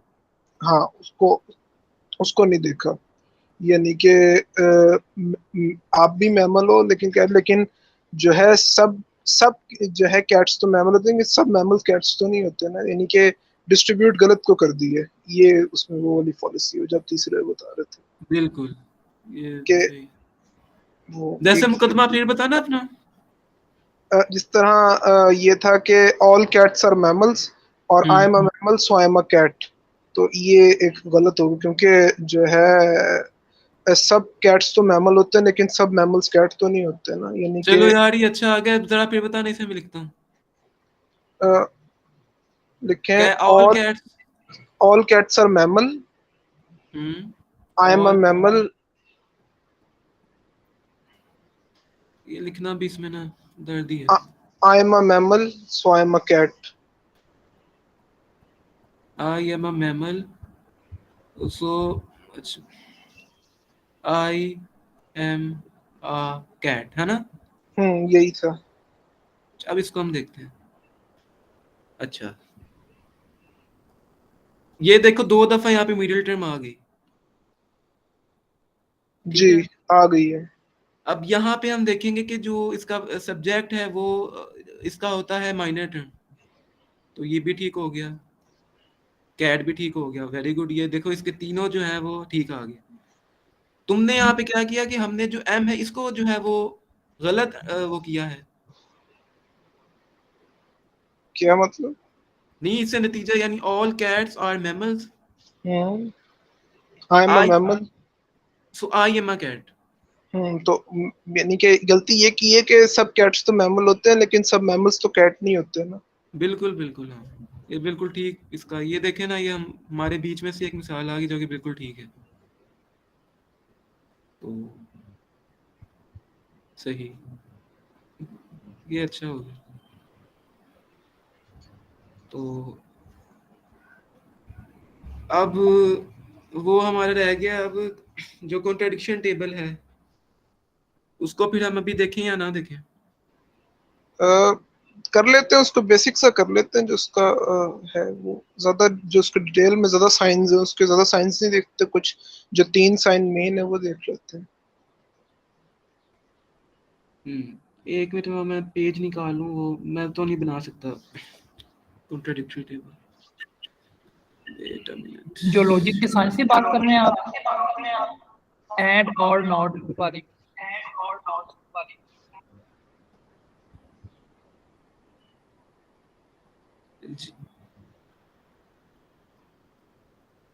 नहीं, वैसे इसमें इतने साइंस तो नहीं है, ये तो सिंपली एक है।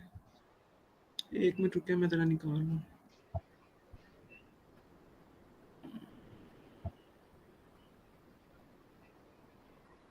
चलो ये हम देख लेते हैं। नहीं, वो एक्चुअली जहाँ से मैंने देखा था ना उधर काफी साइंस थे, तो इससे मैंने कहा शायद सारे साइंस कवर करने हैं इस वजह से।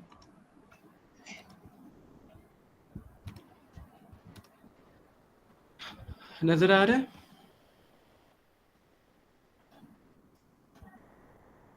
जी आ रहा है, आ रहा है नजर।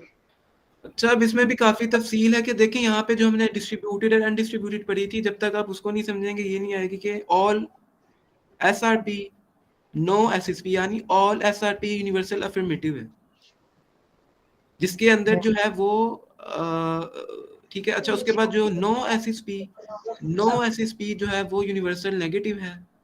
सम एसआरपी ये पार्टिकुलर अफर्मेटिव है और सम एसआर नॉट भी ये पार्टिकुलर नेगेटिव है।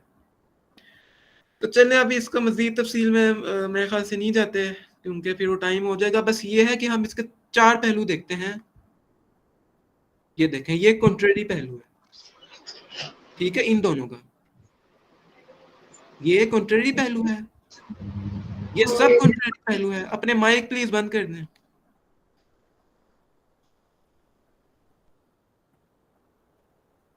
ये कॉन्ट्रेरी पहलू है इसके अंदर, ये वाला, ये इसके अंदर जो है वो सब कॉन्ट्रेरी है। और ये दोनों जो है वो सब अल्टरनेट, यानी इसके अंदर हम बुनियादी तौर पे ये देखते हैं कि किसी के अंदर क्वांटिटी सेम होती है, किसी के अंदर क्वालिटी सेम होती है, ठीक है। और उसके जरिए हम नतीजा निकालते हैं कि जैसे हम देखते हैं कि अगर पहला ट्रू है तो लाजमी है कि दूसरा भी ट्रू होगा। हम ये भी देखते हैं कि अगर दोनों या तो ट्रू होंगे या फॉल्स होंगे, ये नहीं हो सकता कि एक ट्रू हो एक फॉल्स हो। तो ये है कि हम इसके मुख्तलिफ पहलू देखते हैं, 4 पहलू। पहले इसको कॉन्ट्ररी, इन दोनों का, यूनिवर्सल्स का, फिर पार्टिकुलर्स का सब कॉन्ट्ररी, फिर यानी इन दोनों के अंदर क्या होगा, इन दोनों के अंदर क्वांटिटी सेम है, क्वांटिटी यूनिवर्सल है लेकिन क्वालिटी चेंज है। एक में दोनों में यूनिवर्सल तो है, लेकिन एक के अंदर अफर्मेटिव है, एक के अंदर पॉजिटिव है। नीचे सब कॉन्ट्रेरी के अंदर क्या होगा कि इसके अंदर भी ऊपर वाला ही है, लेकिन इसके अंदर क्वांटिटी सेम है जो कि पार्टिकुलर है, लेकिन क्वालिटी चेंज है जो कि अफर्मेटिव है, नेगेटिव है, ठीक है। सब अल्ट्रेशन में, यानी ये इन 2 पहलुओं में क्या होगा, इन 2 पहलुओं में होगा कि ये यूनिवर्सल अफर्मेटिव है, ये भी पार्टिकुलर अफर्मेटिव है, यानी इसके अंदर क्वांटिटी डिफरेंट है जो कि यूनिवर्सल एंड पार्टिकुलर है, लेकिन क्वालिटी सेम है जो कि अफर्मेटिव एंड नेगेटिव है, ठीक है। यानी सॉरी, यहाँ पे देखें यूनिवर्सल अफर्मेटिव आ गया, यहाँ पे पार्टिकुलर अफर्मेटिव, तो क्वांटिटी डिफरेंट है, क्वालिटी सेम है जो कि अफर्मेटिव है। इसके अंदर आप उलट कर लें कि यहाँ पे वही है कि क्वांटिटी तो सेम है, क्वांटिटी डिफरेंट है, लेकिन जो क्वालिटी है वो सेम है जो कि नेगेटिव है, लेकिन यहाँ पार्टिकुलर आ गया, ठीक। अब कॉन्ट्राडिक्टरी में क्या होता है, all S are P, some S are not P. इसको आप ये भी देख सकते हैं कि ये ए है, ये ई है, ये आई है, ये ओ है। अब यहाँ पे कॉन्ट्राडिक्टरी कौन सी है, ए और ओ। ए क्या था, universal affirmative and particular negative. ये बिल्कुल ही गलत होंगी कि इसको जो है वो या तो दोनों ठीक होंगी या दोनों गलत होंगी, ठीक है। और इसका अंदर आप लिए हैं तो ये इसके, यानी इनमें क्या होगा, कॉन्ट्राडिक्टरी में क्या होता है, कॉन्ट्राडिक्टरी में ऑल एस आर पी जो ए है वो यूनिवर्सल अफर्मेटिव है और ये वाला पार्टिकुलर नेगेटिव है, यानी इसमें दोनों चीजें मुख्तलिफ है, क्वालिटी भी डिफरेंट है, क्वांटिटी भी डिफरेंट है, और इसके अंदर भी क्वालिटी भी डिफरेंट है, तो ये बिल्कुल कॉन्ट्राडिक्टरी स्टेटमेंट है। और सब अल्ट्रेशन जो मैंने बताया इसके अंदर ये होता है कि अगर ऊपर वाला ठीक है तो नीचे वाला लाजमी ठीक होगा, और ऊपर वाला अमूमी तौर पर यूनिवर्सल होता है, नीचे वाला पार्टिकुलर होता है और वो नेगेटिव होता है, ठीक है। ये एक आ गया। या ये भी हो सकता है कि ऊपर दोनों यूनिवर्सल हों, नहीं वो तो फिर फैलेसी कमिट कर देंगे कि दोनों यूनिवर्सल हो, नीचे पार्टिकुलर हुआ तो वो फैलेसी आ जाएगी कि दोनों ऊपर यूनिवर्सल है तो लाजमी है कि नीचे भी पार्टिकुलर हो। तो इसमें ये होता है कि पहला प्रीमिस होता है यूनिवर्सल इस वाले में, ये जो सब अल्ट्रेशन है, और दूसरा प्रीमिस जो होता है वो नेगेटिव होता है, और तीसरा जो कंक्लूजन होता है वो भी फिर नेगेटिव होता है। अब जो माइनर प्रीमिस के अंदर नेगेटिव होता है ना, वो एक आप देख लें कि वो एक कुल्ली तौर पे होता है, लेकिन जो नीचे कंक्लूजन होता है वो बिल्कुल ही पार्टिकुलर पे आ जाता है, क्योंकि हमने देखा था कि अगर एक के अंदर माइनर या मेजर प्रीमिस में से एक के अंदर आ जाता है माइनर नेगेटिव, तो लाजमी है कंक्लूजन भी नेगेटिव हो, ठीक है। तो वरना फिर हम कर देंगे, तो लाजमी है कि हम ये अज्यूम करें। तो ये हमने इसको देख लिया कि इनमें 2-3 बातें कि क्वांटिटी क्वालिटी का डिफरेंस होता है और बाकी इनकी नेचर का डिफरेंट होता है। तो इसके ये आखिरी होता है, और अगर आपको बता दिया जाए ना कोई एक, यानी ऑल ह्यूमन आर मॉर्टल, तो उससे आप तमाम को देख लेते हैं, यानी एक ही प्रेमिस से तमाम चीजों का आप इस्तखराज कर लेते हैं, ठीक है। यानी आप तमाम उनका जो है वो इसको भी लेंगे, आपको मैंने दे दी ना ऑल ह्यूमन आर मॉर्टल, आप इसको भी लेके आ सकते हैं, इसका भी तजिया कर सकते हैं, इसका भी। तो चलिए अब ये मैंने ख़त्म कर लिया, तो अब मैं सजील को कहूँगा कि वो जो उसका है कार्ल पॉपर वाला, अच्छा इसके ऊपर किसी का सवाल तो नहीं है? नहीं नहीं, इसमें कोई इस तरह नहीं। अच्छा, वो कार्ल पॉपर का मैंने जो पढ़ा है मैं बता देता हूँ। वो ये था कि जो है ना, वो ग्रुप में भी उस दिन बात चल रही थी, तो यानी कि जो पॉजिटिविज्म था, लॉजिकल पॉजिटिविस्ट जो थे, तो उनका यानी कि सबसे बड़ा वो यही था कि मतलब कि हर चीज को वेरीफाई करना चाहिए, जो चीज वेरीफाई हो सकती है वही साइंस होती है। तो उस पे सर कार्ल पॉपर ने तनकीद करते हुए दो तीन पॉइंट उठाए। एक तो उसमें एक, मेरे को एग्जैक्टली उस बंदे का नाम याद नहीं आ रहा, डूबने क्वींस करके कुछ उसका नाम था, उसका एक थीसिस था उस पे। उसका उससे यानी कि उसका जो वो था, क्या कहते हैं, मैं कहूँगा कि जो उसका मेन आइडिया था, मैं आपको बता देता हूँ कि जब आप एक हाइपोथेसिस को टेस्ट करते हो तो आप उसको आइसोलेशन में टेस्ट नहीं कर सकते कभी भी। आप उसके साथ साथ उसके बहुत से एस्पेक्ट्स होते हैं जो टेस्ट हो रहे होते हैं, तो इस वजह से आप कभी भी जो है ना इस सिंगल हाइपोथेसिस को नहीं वेरीफाई कर सकते। तो एक ये उनकी तनकीद थी कि इससे तो फिर यानी कि वेरीफाई सिंगल हाइपोथेसिस। दूसरा भी उन्होंने ये बात कही कि जो है ना, इस तरह तो बहुत सारी एथिक्स के क्लेम्स जो हैं, जो एब्स्ट्रैक्ट साइंसेस हैं, वो सब और मैथमेटिक्स वगैरह सब रिजेक्ट हो जाएगी, क्योंकि जो है कुछ भी उस तरह वेरीफाई नहीं हो सकता।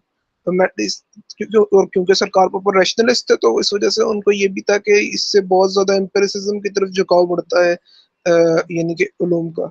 तो इस वजह से उन्होंने ये कहा कि इस तरह तो हर चीज रिजेक्ट हो जाएगी। दूसरे इनकी एक बहुत वो जो उनका बड़ा पॉइंट था इस बारे में, वो ये था कि प्रॉब्लम ऑफ इंडक्शन, यानी कि आप जितनी भी कंफर्मिंग एविडेंसेस लें, जितनी भी आप भी उसे वेरीफाई करने की कोशिश कर लें, आप कभी भी थ्योरी कंक्लूसिवली सही साबित नहीं हो सकती जब तक जो है ना, मतलब कि वो ना हो, यानी कि जब आप वेरीफाइबिलिटी पे गौर करेंगे तो कभी भी एक थ्योरी जो है कंक्लूसिवली एक बार यानी कि 100% सही साबित नहीं होगी। हर वक्त डर रहेगा कि हो सकता है ये गलत साबित हो जाए, हो सकता है ये गलत साबित हो जाए।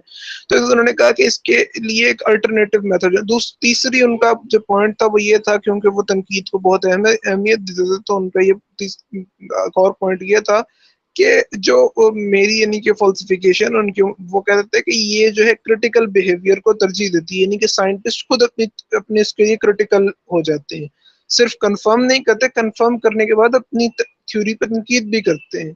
तो ये उनके कुछ आर्ग्यूमेंट्स जो उन्होंने वेरीफाइबिलिटी के खिलाफ दिए। और जो है उन्होंने ये भी कहा कि वेरीफाइबिलिटी जो है वो उस तरह साइंस और नॉन साइंस में डिमार्केशन नहीं कर सकती। तो जो है ये उनकी यानी कि रीजन था फॉल्सिफाइबिलिटी को वो करने का। अब एग्जैक्टली फॉल्सिफाइबिलिटी होती क्या है, जिस तरह मैं उस यानी कि इसमें ये हम यूं इस तरीके से हम चीज को अप्रोच करते हैं कि अगर एक थ्योरी हम यानी कि मैं किसी नतीजे तक पहुंचा हूँ इंडक्शन के जरिए, ये इंडक्शन पे क्योंकि साइंस में ज्यादातर इंडक्टिव लॉजिक ही यूज होता है। तो मतलब फॉर एग्जांपल अगर मैं पहुंचा हूँ, जिस तरह मैं अभी पहले भी मैंने एक मिसाल दे रहा था कि मैंने जितनी बिल्लियां देखी हैं सबकी दुम एक ही दुम होती है। तो अब जो एक वेरीफाइबिलिटी हो ये है कि मैं बिल्लियां जितनी मर्जी मैं देख सकता हूँ, मैं देख के कंफर्म कर लूं कि हाँ भाई एक ही दुम होती है, ठीक है। लेकिन जो सरकार पॉपर का तरीका है ना, वो ये कहता है कि पहले आप ये कंफर्म कर लो कि आपको जितना तजर्बा हो रहा है वो यही है कि एक बिल्ली की एक ही दुम होती है। जो आपको ये यानी कि आप एक कह लो कि यकीन पे पहुंच जाओ कि हाँ बिल्ली की फिर आपका ये काम नहीं बनता कि आपने एक दुम वाली बिल्ली ढूंढनी है, फिर आपका ये काम बनता है कि आपने जो है दो दुम वाली बिल्ली ढूंढना शुरू करनी है, अपनी बात को गलत साबित करनी है। बात को आप गलत साबित करने की कोशिश करके भी जब उसे गलत नहीं साबित कर पाते, जब तब वो थ्योरी साइंटिफिक हो जाती है। और यही एक ईमानदार रिसर्चर की निशानी होती है कि वो हमेशा वो पहले अपनी थ्योरी को खुद अपने आइडिया को क्रिएट करता है, फिर उसको फॉल्सिफाई करने की कोशिश करता है। तो ये है फॉल्सिफाइबिलिटी, और ये जो है सरकार पॉपर के मुताबिक साइंटिफिक थ्योरी की हमेशा अलामत होती है कि उससे किए गए प्रोडिक्शंस जो होते हैं वो हमेशा फॉल्सिफाइबल होते हैं, यानी कि उनको हम एम्पिरिकली फॉल्सिफाई कर सकते हैं। जी हेलो। जी, सजील, आपने जो है वो काफ़ी तफसीली इस पे जो है बहस की है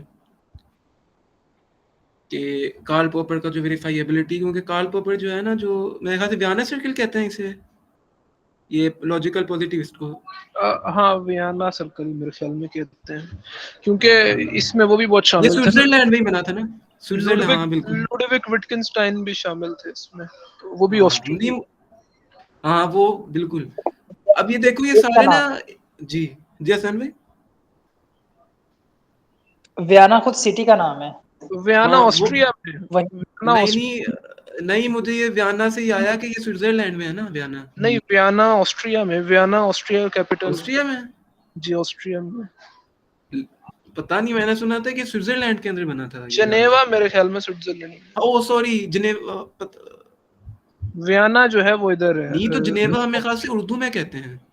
नहीं जनेवा अलग है, अच्छा चलो, वियना अलग है, जनेवा अलग है। हाँ तो चलो उसका हम देख लेंगे, लेकिन हम उसे कहते तो वियना सर्कल ही हैं। तो उस वहां पे जो कार्ल पॉपर जैसे लॉजिकल पॉजिटिविस्ट का बानी कौन था? बानी का नहीं पता मुझे, वैसे कुछ के नाम आते हैं जो ये एक, सबसे फेमस है जो, मेरे को तो इनका नाम पड़ता है, लुडविग विटकिंस्टाइन का। हाँ विटगेनस्टाइन। इनको कहते हैं 20वीं सदी के सबसे बड़े फलसफी हैं। बिल्कुल ऐसा ही, उन पे भी हम इंशाल्लाह सेशन करेंगे। हाँ ये उन्होंने आगे काम आगे हमने फिजिक्स पे करने, उसके बाद फिर हम फिर उन्होंने फिलोसफी पे, बहुत काम किया है लुडविग विटकिंस्टाइन साहब ने, बहुत उनका काम। लैंग्वेज पे। अब लैंग्वेज विटगेनस्टाइन ना हम दो मराहल में कहते हैं, एक होता है अर्ली विटगेनस्टाइन और लेटर। अर्ली में वो जो है वो लॉजिकल पॉजिटिविस्ट है, लेकिन नहीं, पहले वो लॉजिकल एटॉमिस्ट है, जो अगर फिर सही जिसको वो रसल फिर कंटिन्यू करता है, फिर बाद में वो फिर भटक के लॉजिकल पॉजिटिविज्म की तरफ चला जाता है। तो सही ये है। ना सारे आपस में कंटेम्परेरी हैं, कार्ल पॉपर हो गया, रसल हो गया, और वो विटगेनस्टाइन हो गया। तो कार्ल पॉपर ना काफी उसके रसूम थे, मतलब कि खतो खताबत होती थी, जो बड़े बड़े उनके लीडर्स थे वियना सर्कल के। तो उसके ऊपर वेरिफाइबिलिटी पे तनकीद की, और तुमने काफी तफसीली बता दिया। मैं एक बात को करूंगा कि इसका काफी तफसीली फलसफा है, किसका? यानी विटकिंस्टाइन का, कॉपर का? पॉपर की बात कर रहा हूँ, पॉपर का। यानी जो इसने किताब लिखी साइंटिफिक डिस्कवरी, उसके अंदर यही हम कह के, और उसके बाद तनकीद देखो ना, वो जैसे व्हाट्सएप ग्रुप पे बात हो रही थी कि कहा, मैंने फिर कहा था कि हम ये भी तो कह सकते हैं कि इंडक्टिव मेथड जो है, इंडक्टिव मेथड भी ये बात करता है कि हमारी ये खसूसियत है कि हम चीज़ों को फेंक देते हैं, फाल्सिफाइबिलिटी की हमें क्या जरूरत है। कार्ल पॉपर यहाँ पे बात करता है कि इसीलिए मैं ये बात कर रहा हूँ कि जब भी आप कोई इंडक्शन के जरिए चीज हासिल करते हैं, तो वो किसी ना किसी कानून के तहत करते हैं। वो उस इंडक्शन को तनकीद का निशाना नहीं बनाता, वो उस इंडक्शन के जरिए उस कुल्ली तौर पे उस कानून को तनकीद का निशाना बनाता है। अब कार्ल पॉपर ये भी कहता है कि मजहब जो है, जो मजहब की बातें हैं, वो आहिस्ता आहिस्ता डेवलपमेंट होती है उनकी, और वो साइंस बन जाती है। यानी सूडो साइंस से साइंस की तरफ जरूरी लाजमी नहीं है कि सूडो साइंस ही रहे, सूडो साइंस से साइंस की तरफ भी लीप लगती है। और इसीलिए वो अपने आप को फिर डिडक्शन के साथ मिलाता है कि आपने पहले उस थ्योरी, यानी वो, अगर मैं उसका सिस्टम बताऊं, कि वो पहले थ्योरी को लेके आता है। मेरे पास ये स्लाइड तो थी, चलें, पहले थ्योरी, कुल्ली तौर पे एक थ्योरी, उस थ्योरी के बलबूते पे साइंटिस्ट कहते हैं कि मैंने इंडक्शन की और मैंने ये साबित किया। तो वो दरअसल कार्ल पॉपर उस खाली से एक छोटी सी इंडक्शन को नहीं कहता, वो उस कुल्ली, यानी कहता है कि हम किसी भी थ्योरी के बगैर कोई तजुर्बा हासिल नहीं कर सकते। यानी फ्रांसिस बेकन और जॉन स्टुअर्ट मिल ने जो इस्तक़राई निज़ाम बनाया, हम उसी को ही अपने दिमाग पे हावी करके कोई चीज लाते हैं, और वो कहता है वो एक डिडक्शन फिर हम जनरलाइज भी इसी तरीके से कर लेते हैं। तो वो कहता है कि हमने दरअसल उस थ्योरी, पहले वो थ्योरी को लाता है। इंडक्टिव में क्या होता है, मुख्तलिफ ऑब्जर्वेशन करते हैं, उससे हाइपोथेसिस बनाते हैं, फिर एक्सपेरिमेंट करते हैं, और फिर हम क्या करते हैं, एक बना देते हैं, लॉ या थ्योरी बना देते हैं। कार्ल पॉपर करता है यूनिवर्सल से शुरू, कि उस पूरे निज़ाम को चैलेंज करो, कि कोई भी अगर साइंटिफिक मेथड है उसको चैलेंज करो कि वो फाल्सिफाई हो। तो वो फाल्सिफाई उसी वक्त होगा कि तब आप इंडक्शन, यानी यूनिवर्सल पहले थ्योरी होगी, उस थ्योरी को इस्तेमाल करते हुए आप इंडक्शन करेंगे, ठीक है। और फिर अगर कोई आपको जो है वो फाल्सिफाई हो जाता है, तो आप फिर कोई नई थ्योरी लेंगे। यानी फिर पुरानी जो थ्योरी, जो कुल्ली हमारा अहाता कर रही है हमारी जहनों का, यानी कार्ल मार्क्स की जो थ्योरी थी, या जो फ्राइड की थ्योरी थी, वो फिर यहाँ पे एक्सपेरिमेंट भी ले आते हैं ना। अब लोगों की ये भी तनकीद है कि कार्ल पॉपर कुल्ली तो फिर डिडक्शन, वो कैसे डिडक्टिव लॉजिक को लेके आता है, क्योंकि हमें फिर इंडक्शन भी तो लाजमी है, ठीक है। तो इसको इसके ऊपर भी हम एक तफसीली सेशन करेंगे कि वो कैसी चीजों पे आपकी बात समझा नहीं मैं, यानी कि वो क्या कहते हैं कि पूरी इंडक्शन को ही गिराना, इंडक्शन को किस तरह फॉल्सिफाई करेंगे?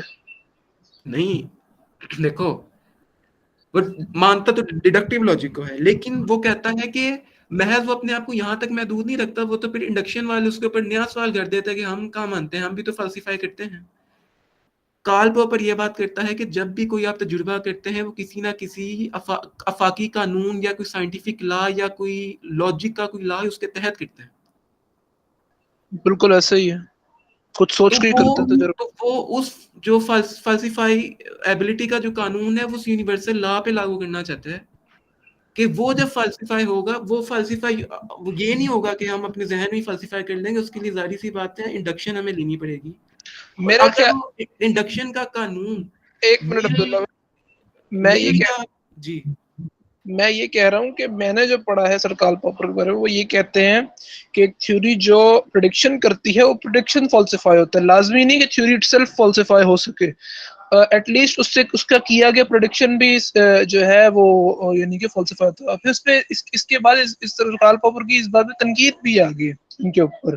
वो कहते हैं कि यानी कि ये कहते हैं कि प्रोडिक्शन फॉल्सिफाई होना चाहिए। तो अगर एक प्रोडिक्शन दो थ्योरी कर रही है और दोनों प्रोडिक्शन फॉल्सिफाई हो रहा है, तो फिर हम किस तरह चूज करें कौन सी थ्योरी सही से एक्सप्लेन कर रही है? ये भी इन पे जो फॉल्सिफाइबिलिटी पे तनकीद हुई बाद में, उनमें से एक पॉइंट ये भी था कि जो है अब दो थ्योरीज हैं वो एक जैसे प्रोडिक्शन कर रही हैं और प्रिडिक्शन फॉल्सिफाई यानी कि सही से पता हो रहा है कि हाँ भाई ये पूरा हो रहा है।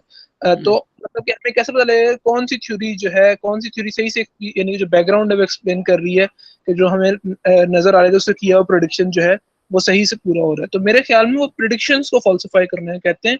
तभी जो है उनका जो वो झुकाव था यानी कि एब्स्ट्रैक्ट की तरफ, वो भी यानी कि कह लें कि वो रहता है कि जिस तरह मेटाफिजिकल बहुत सी थ्योरी प्रिडिक्शन हेगल का निजाम कह लें, वो पूरा निजाम समझाते हैं, लेकिन उसकी बाकी सारी बातें एब्स्ट्रैक्ट हैं जो हम उस तरह वेरीफाई नहीं कर सकते।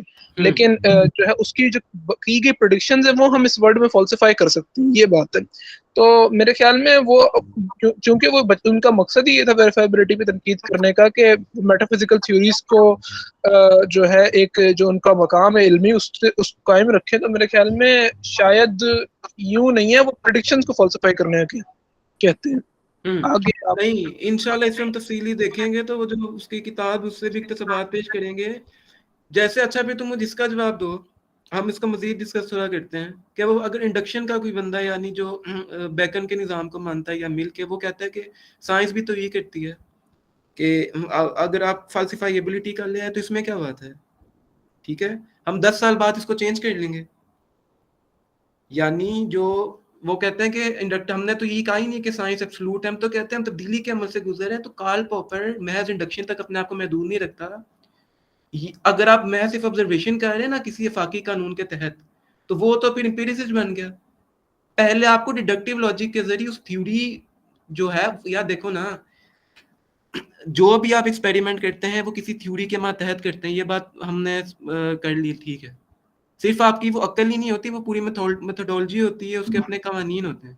तो जब आप उस थ्योरी के जरिए कोई इंडक्टिव उस मेथोडोलॉजी को इस्तेमाल करते हुए ऑब्जर्वेशन करते हैं, अब ये पहले वो जो थ्योरी है वहां पे वो डिडक्टिव है, लेकिन जब वो ऑब्जर्वेशन करता है तो कार्ल पॉपर पे इंडक्टिव लॉजिक को ले आता है कि आप फिर ऑब्जर्वेशन जब करते हैं तो उस थ्योरी के तहत जो एक्सपेरिमेंट हो रहा है, अगर वो फाल्सिफाइबल हो जाता है तो फिर वो तुम्हारी बात बिल्कुल ठीक है कि उसकी जो उसने जो थ्योरी ने नतीजे निकाले उसके साथ भी वो फाल्सिफाइबल कर सकता है। लेकिन इस पहलू को भी समझना लाजमी है कि हम इंडक्टिव जो लोग मानते हैं और कार्ल पॉपर और इंडक्शन को अगर हम या एम्पिरिसिस्ट या मिल और बेकन के निज़ाम को हम अगर करना चाहते हैं डिफरेंशिएट, तो लाजमी है कि हम ये देखें कि किसी थ्योरी के मातहत हो रहा है और उस थ्योरी को दरअसल जो है उस थ्योरी के जरिए हमने फाल्सिफाई करना है, ठीक है, क्योंकि हम मार्क्स की थ्योरी को जो है वो एज एन एक्सपेरिमेंट बेस्ड के ऊपर हम उसको नहीं कर सकते साबित, या उसको फाल्सिफाइबल नहीं कर सकते।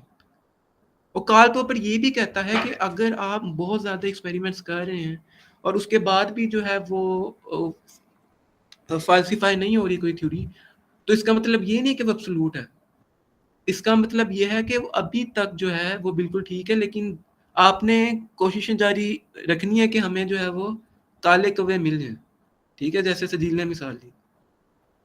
तो इसके ऊपर हम तफसीली बात भी करेंगे अच्छा, मेरे को अब आपकी बात समझ आ गई। वो जब एक वो बात ये भी करते हैं ना कि फर्स्ट ऑफ ऑल हमने, क्योंकि वो साइंस की बात कर रहे थे, तो कहते हैं कि फर्स्ट ऑफ ऑल तो हमें देखना है कि एम्पिरिकली फॉल्सिफाइबल हो। लेकिन अगर एम्पिरिकली फॉल्सिफाइबल नहीं है तो फिर हमने ये देखना है कि एटलीस्ट इन प्रिंसिपल, यानी कि लॉजिकली एटलीस्ट फॉल्सिफाइबल हो। मेरे ख्याल में आप ये बात करना चाह रहे हैं, सही?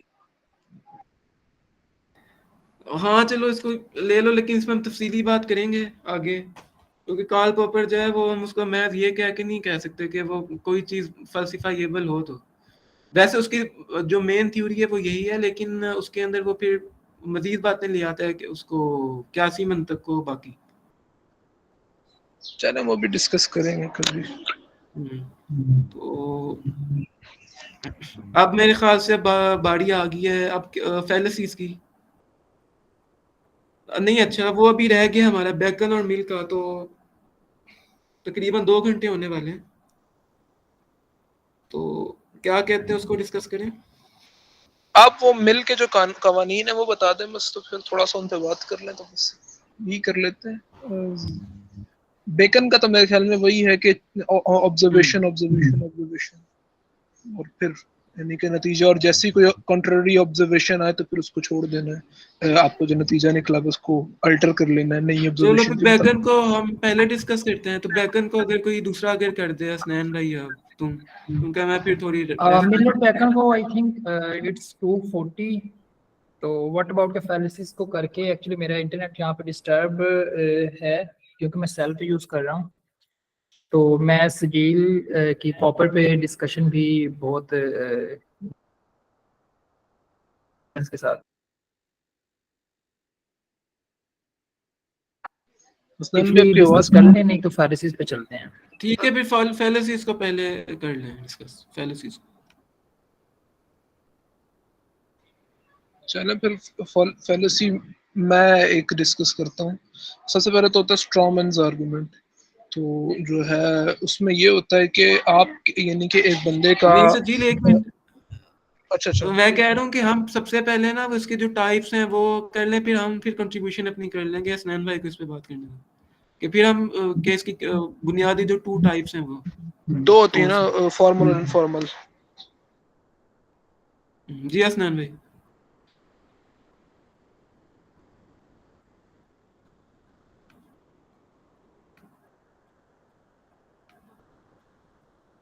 आपको आवाज आ रही है? चलो सजील आप ही फिर कर लें बात इस पे। मुझे सिर्फ 1 मिनट दीजिएगा, मैं जरा इंटरनेट नस्ल कर रहा हूँ। चलें ठीक है, आप आ जाएं, आ जाएं, फिर वेट कर लें। एक्चुअली मैं रूम में बैठा था, यहाँ पे थोड़ा सा सिग्नल का इशू है।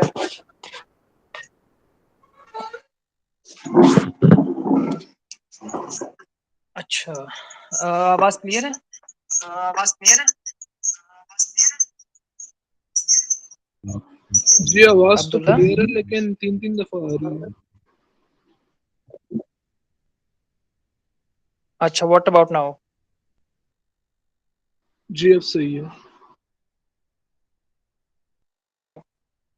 अच्छा, आपने कॉल अब पॉपर ठीक की है। बात की जिसपे एम्पिरिसिज्म कॉपर, क्योंकि वियना सर्कल से था, लॉजिकल पॉजिटिविस्ट था, तो you know they are tend to empiricism. तो और बाकी जो आपने कहा कि अगर एम्पिरिकली वो चीज़ प्रेडिक्शन ठीक साबित ना हो तो फिर एटलीस्ट इन प्रिंसिपल जो है वो फाल्सिफाइबल होनी चाहिए। जी ऐसा ही है। हम्म। अच्छा, सो फालिसिस की बात करते हैं बेसिकली। जी जी ये बोले। सचिन, नहीं नहीं, आप बात करें बस, वो फिर दोबारा दूसरा टॉपिक छिड़ जाएगा। ऑलराइट। सो फालिसिस की बात करते हैं। बेसिकली फालिसी का मतलब ये है कि वो एरर, वो लॉजिकल एरर जो जिससे कंक्लूजन जो है किसी भी प्रेमिसिस किसी भी गिवन प्रेमिसिस का गलत निकल रहा हो। तो प्रेमिसिस तो फैलिसिस तो दर्जनों हैं। इनकी कैटेगरीज और टाइप्स में इख्तलाफ है, लेकिन अभी जो बिल्कुल बेसिक और सबसे फेमस फैलिसीज हैं जो सबसे कॉमन होती है, मैं सिर्फ वो कुछ मैंने लिस्ट की थी। तो सिर्फ वो आपको बताऊँगा। सबसे पहले तो इंडक्टिव फैलेसीज़ हमारे यहाँ सबसे ज़्यादा कॉमन होती हैं, क्योंकि हम इंडक्शन ज़्यादा यूज़ कर रहे होते हैं अपनी रोज़मर्रा ज़िंदगी के अंदर। तो एक है फैलेसी अपील टू अथॉरिटी। इसमें अगर इसको मैं थोड़ा-सा दोबारा टर्म को रीनेम करूँ तो इसे कहेंगे अपील टू अनक्वालिफाइड और इर्रेलेवेंट अथॉरिटी। फॉर एग्ज़ाम्पल मैंने ये बात करनी है कि पाकिस्तान के हालात जो हैं वो इकॉनमी जो है वो इस वजह से ठीक नहीं है। उसकी रीज़न जो है लेट्स सपोज़ वो अमेरिका है। तो अब ये जो कह रहा है वो उसकी खुद इस चीज़ में अ, उसकी अथॉरिटी नहीं है। फॉर एग्ज़ाम्पल वो एक फ़िज़िक्स का प्रोफ़ेसर है और उसको इस बारे में ज़्यादा नहीं जानता, लेकिन मैं उसका हवाला देता हूँ। तो ये होगी अ, अपील टू अनक्वालिफाइड अथॉरिटी। अच्छा, फिर उसके साथ मुझे सिर्फ़ 1 मिनट दीजिएगा।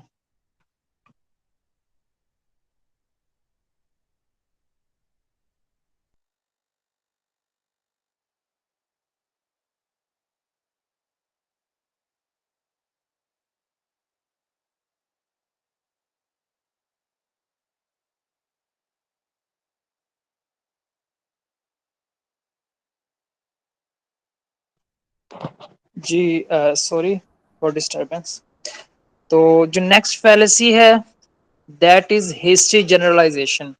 हेस्टी मीन जल्दबाज़ी में की गई जनरलाइज़ेशन कि फॉर एग्ज़ाम्पल मैं अब किसी और सिटी में जाता हूँ, मैं मुल्तान चला जाता हूँ और वहाँ पे देखता हूँ कि मुझे अड्डे से उतरते साथ ही किसी ने धोखा दे दिया या किसी ने मेरे साथ थोड़ा-सा फ्रॉड कर दिया और मैं उससे जनरलाइज़ करूँ कि मुल्तान के लोग जो हैं वो अ, धोखेबाज़ होते हैं। सो ये एक मैंने फौरी तौर पे जनरलाइज़ कर दिया उस पूरी सिटी की सारी पॉपुलेशन को। सो ये सेकंड फैलेसी है इंडक्टिव हेस्टी जनरलाइज़ेशन, जिसमें हम एक्सेप्शंस को या बहुत माइनॉरिटी में कुछ चीज़ों को देख के हम उससे पूरी पॉपुलेशन पे या पूरे उस सेट पे अप्लाई कर देते हैं, यूनिवर्सल सेट पे। अच्छा, फिर उसके बाद फ़ॉल्स कॉज़ेशन आ जाता है कि हम बेसिकली 2 एट अ टाइम चीज़ें जो अकर हो रही होती हैं या एक जो पैटर्न होता है उसमें सिमिलैरिटी देख के हम ये कहते हैं कि पहले आने वाली चीज़ नेक्स्ट चीज़ को कॉज़ कर रही है। फॉर एग्ज़ाम्पल पिछली बार भी पिछली मीटिंग में भी मैंने अब्दुल्ला से क्वेश्चन किया था कि लेट्स सपोज़ कि आप मैं बाहर गया और बारिश शुरू हो गई है और मैं गर्मी के अंदर सो मैं उससे कॉज़ बनाऊँगा कि क्योंकि मैंने पहले एक अच्छा काम किया था और उसकी वजह से अब बारिश शुरू हो गई है। तो ये नेचर मुझसे खुश हो गई है और दूसरी तरफ अगर एक एक बंदा जो है वो उसे बारिश पसंद नहीं है या वो किसी जॉब पे जा रहा है और उसके सारे कपड़े भीग गए हैं, तो वो उससे कोरिलेट करेगा कि क्योंकि मैंने रास्ते में किसी फलाँ बंदे ने मुझसे हेल्प माँगी थी, मैंने नहीं की थी इसलिए जो है ना बारिश शुरू हो गई है। तो ये बेसिकली 2 चीज़ें कोरिलेट हो रही हैं और हम उन्हें कॉज़ेशन का जो है वो नाम दे रहे हैं। अच्छा, फिर उसके बाद एक और फैलेसी है स्लिपरी स्लोप फैलेसी कि हम डिफरेंट इवेंट चेन के अंदर जो डिफरेंट इवेंट्स होते हैं उनके दरमियान एक अननेचुरल सा रिलेशन बना देते हैं। मुझे एक वो प्रैंक्स याद आ रहा है एक बंदे का कि उसने दूसरे अपने दोस्त को समझाया कि चूँकि तुम लेज़ी हो के फ्रिज में बोतलें नहीं रखते, इस वजह से तुम जो है वो टाइम पे पानी नहीं पीते, तुम टाइम पे पानी नहीं पीते, इस वजह से तुम टाइम पे स्कूल नहीं जाते, तुम टाइम पे स्कूल नहीं जाओगे तो तुम लाइफ में कामयाब नहीं होगे, लाइफ में कामयाब नहीं होगे तो तुम्हें अच्छी नौकरी नहीं मिलेगी। इस तरह से वो उस फ्रिज में बोतलें भरने से लेके उसकी ज़िंदगी में कामयाबी तक वो पूरा एक स्लिपरी स्लोप पैटर्न बना देता है। सो ये किसी बंदे को कन्विंस करने के लिए हम मोस्टली ये फैलेसी यूज़ कर रहे होते हैं। अच्छा, फिर इसी तरह से कुछ डिडक्टिव लॉजिक में फैलेसीज़ आ जाती हैं, जिसमें सबसे बेसिक है अफ़र्मिंग द कंसीक्वेंट कि हम कहते हैं कि किसी की जो इफ़ेक्ट होता है, उसके अकर होने से कहते हैं कि अब चूंकि ये इफेक्ट है, इसका मतलब है कि इसकी ये काज हुई होगी, यानी कि if A employs B then B employs A. हालांकि ये लॉजिकल फैलेसी है। फॉर एग्जांपल मैं ये कहता हूँ कि क्योंकि बारिश आने से ग्राउंड में पानी आ जाता है, सो ये मेरे पहला सेंटेंस है। अब सेकंड में कहूँ कि क्योंकि ग्राउंड में पानी आया हुआ है, इसका मतलब है कि आज बारिश हुई है। अब ये मे बी वो बारिश की वजह से वो पानी आया हो, मे बी वो बाग माली ने पानी दिया हो बाग को, या किसी और सोर्स से आया हो। तो that's called affirming the consequent, यानी कि जो नतीजा निकलता है उससे किसी एक स्पेसिफिक काज को अफर्म करना। अच्छा, फिर उसके बाद एक और फैलेसी है कि अगर ए एम्प्लॉयज बी, तो हम कहते हैं because not a that's mean not be. अब इसी में भी पिछली मिसाल को ले लेते हैं कि क्योंकि बारिश के आने से ग्राउंड में पानी आ जाता है, और उससे मैं ये नतीजा निकालूं कि चूंकि ग्राउंड में पानी नहीं आया, इसका मतलब है कि चूंकि बारिश नहीं हुई, तो इसका मतलब है कि ग्राउंड में पानी नहीं आया। सो ये है डिनाइंग द एंटीसीडेंट, यानी कि जो चूंकि हमने ए को डिनाई कर दिया, इसका मतलब है कि जो बी है वो इफेक्ट जो है वो भी नहीं होगा। तो अच्छा, ये इसके बाद एक तीसरी फैलेसी है, फैलेसी ऑफ इक्विवोकेशन, यानी कि इसे कह लें एक जबान की फैलेसी। हम दो सेंटेंसेस के अंदर एक ही वर्ड को डिफरेंट मानी में यूज करते हैं, और उससे स्टेटमेंट जो है वो बिल्कुल गलत निकल आती है। मिसाल के तौर पर हम ये कहते हैं कि तमाम आदमी रैशनल होते हैं, तमाम आदमी अक्लमंद होते हैं। तो अब इससे मैं सेकंड प्रेमिस है कि कोई औरत भी आदमी नहीं होती। तो सॉरी, पहला मैं प्रेमिस देता हूं कि सिर्फ अब एक्चुअली इंग्लिश के अंदर ये वर्ड ज्यादा सूटेबल रहेगा कि ओनली मैन इज रैशनल। जी मैं कर लेता हूँ। अच्छा, ओनली मैन इज रैशनल, तो यानी कि सिर्फ इंसान ही रैशनल होता है। सो नेक्स्ट प्रेमिस में देता हूँ कि नो वुमेन इज मैन, यानी कि कोई औरत भी मैन नहीं है। उससे मैं नतीजा निकालता हूँ therefore no women is rational. अब यहाँ पे दोनों प्रेमिसेस के अंदर एक जगह पे मैंने as a human kind word use किया है, और दूसरी जगह पे मैन को मैंने स्पेसिफिक जेंडर के लिए वर्ड यूज किया है। तो उससे कंक्लूजन जो है वो बिल्कुल गलत निकल आई। So that is called fallacy of equivocation, या फैलेसी ऑफ वर्बल फैलेसी कह लें, फैलेसी ऑफ लैंग्वेज कह लें। अच्छा, फिर इसी तरह से एक है फैलेसी ऑफ कंपोजिशन, यानी कि किसी भी एक बड़ी चीज के छोटे से पार्ट की कैरेक्टरिस्टिक्स को उस पूरी कुल्लियत पे जो है ना इम्पोज कर देना। फॉर एग्जांपल कि ये ये जो ईंट है इस दीवार की, इसका वजन 1 किलो है। और फिर नेक्स्ट प्रेमिस है कि ये सारी दीवार ईंटों से बनी है, और कंक्लूजन है इस सारी दीवार का वजन भी 1 किलो है। तो that is called fallacy of composition, कि मैं छोटे से पार्ट की कैरेक्टरिस्टिक्स या स्पेसिफिक उसके एस्पेक्ट को पूरी कुल्लियत पे इम्पोज कर रहा हूँ। हालांकि यहीं से इमरजेंस का फिनोमेना निकलता है कि जो पार्ट्स होते हैं वो मिल के जो चीज बनते हैं वो उन पार्ट की सारी कैरेक्टरिस्टिक्स का मिक्सचर भी होता है, या वो उससे इमर्ज एक नई चीज भी हो जाती है। मतलब वो फेमस कोट आपने सुना होगा कि whole is greater than sum of its part, या totality is greater than sum of its parts. तो बेसिकली ये इमर्जेंस का नतीजा होता है। अच्छा, फिर उसके बाद एक बहुत ही फेमस या बहुत ही यूज्ड जो फैलेसी है वो है circular reasoning, bagging the question. यानी कि हम फॉर एग्जांपल रिलीजन के अंदर ये यूज की जाती है कि पहला प्रेमिस है कि कुरान अल्लाह की किताब है। कुरान क्यों अल्लाह की किताब है? क्योंकि कुरान में लिखा है वो अल्लाह की किताब है। अच्छा कुरान में कौन कह रहा है, कुरान में अल्लाह कह रहा है कि ये अल्लाह की किताब है। तो ये एक सर्कुलर रीजनिंग है, यानी कि आप जो साबित कर रहे हैं वो भी उसी चीज से साबित करें, क्योंकि ये चीज ऐसा कह रहे हैं इसलिए ये ऐसे है। तो that is called circular reasoning या बैगिंग द क्वेश्चन। अच्छा उसके बाद फॉल्स डाइकोटमी, ये भी डिडक्टिव फैलेसी ही आती है कि हम ये कहते हैं कि या ये या वो, हालांकि उसके अलावा मजीद ऑप्शन भी हो सकते हैं। फॉर एग्जांपल मैं कहता हूं कि या तो तुम कम्युनिस्ट हो या तुम इंसानियत दुश्मन हो। अब ये मैं एक अब इसके अलावा तीसरी सिचुएशन भी हो सकती है कि बंदा कम्युनिस्ट नहीं भी है, वो फिर वो भी जो है वो ह्यूमनिस्टिक है या वो सारे इंसानों का भला चाहता है।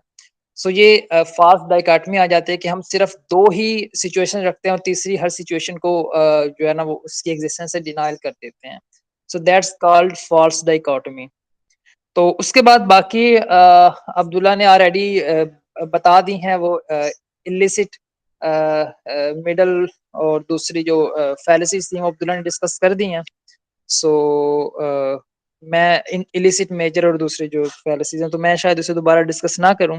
अच्छा एक बस फाइनल है, ये डिडक्टिव और इंडक्टिव के साथ साथ रिलेट ना करे लेकिन बड़ी कॉमन होती है कि स्ट्रॉ मैन फैलेसी, कि आप अपना जो ओपोनेंट होता है उसकी जो स्टेटमेंट होती है उसको आप गलत तरीके से एग्जैजरेट करके आप बयान करते हैं। फॉर एग्जांपल कि जो लिबरल होते हैं वो ये कहते हैं कि आप बिल्कुल ही मादर पिदर आज़ाद हो जाओ और आप बिल्कुल ही किसी दूसरे की केयर ना करो, मुकम्मल जो है वो एब्सोल्यूट फ्रीडम आपको मिल जाए, और कि वो तो सिर्फ जो या ये कहना कि जो कम्युनिस्ट होते हैं वो तो पूरी इंसानियत के कातिल हैं। इस तरह की जो हम मतलब किसी भी दूसरे ओपोनेंट की जो है वो बिल्कुल एग्जैजरेट करके या उनके थोड़े से उनकी जो है नेगेटिव एस्पेक्ट ना भी हो तो वो चीज़ जो हमें गलत नज़र आ रही होती है उससे कुल्लियत में उस सारे आइडिया की बेस बना के पेश करना, ताकि दूसरे लोग जो हैं वो उस आइडिया को गलत समझे या वो आइडिया खुद ही रद्द हो जाए। So that is called straw man fallacy. So ये बेसिक कुछ फैलेसीज हैं, आई गेस ये 10 से एक मैंने बता दी हैं। बाकी अगर इसके अलावा भी कोई आपके जहन में है तो अब्दुल्ला या सजील आप डिस्कस कर सकते हैं। एक बहुत यानी कि दो बल्कि मेरे ध्यान में भी आई है बात करते ये बात आप कर रहे हो तो एक है अपील टू इग्नोरेंस। वो यानी कि ये कहा जाता है कि चूंकि इस बात को गलत साबित नहीं कर पाया अभी तक, फॉर एग्जांपल यूएफओ की मिसाल ले लें आप कि जो है चूंकि यूएफओ के खिलाफ कोई सबूत नहीं आया तो इसका मतलब है कि यूएफओ होंगे। तो यानी कि एक ये भी है, यानी कि इसको यूं देखना चाहिए कि उसके हक में कोई सबूत नहीं है, इससे वो चीज सही नहीं है। जबकि इसको जो है हम उल्टा तरीके से देखते हैं और कहते हैं कि चूंकि जो है उसके खिलाफ कोई सबूत नहीं है तो इसका मतलब है कि वो चीज मौजूद होगी। और दूसरा एक है कंफर्म बायस्ड। तो ये यूं है कि यानी कि हम जो भी यानी कि चीज करते हैं वो यानी कि हमें लगता है कि ये हमारे ही नज़रिए को सही साबित करता है। फॉर एग्जांपल मैं एग्जांपल इस तरह है कि अगर जो है यानी कि मैं कहूँ कि फलां टीम जीतेगी क्यों, चूंकि मैंने जो है ना और मैं जो है वो देखूं स्टैट्स देखूं, लेकिन जिन जिन जो मैचेस वो टीम जीती हो वो तो मैं देख लूं, बोलूं हाँ हाँ ये टीम जीतेगी, ये इधर ये बहुत अच्छा खेला, इधर वो बहुत अच्छा खेला, लेकिन जो मैचेस हारी उसको मैं इग्नोर कर दूं, तो ये होगा कि मैं अपनी बात को ही कंफर्म कर रहा हूँ। तो यानी कि या किसी भी चीज को जब मैं पढ़ूं या किसी भी आइडिया को मैं देखूं तो मैं बोलूं कि नहीं ये तो यूं है, ये तो यूं है, और किसी तरह मैं उसको अपने जो मेरा अपना पर्सनल ओपिनियन हो उसके करीब कर ले हूं। तो ये कंफर्म बायस्ड है, ये भी काफी कॉमन होता है लोगों में, मतलब मैं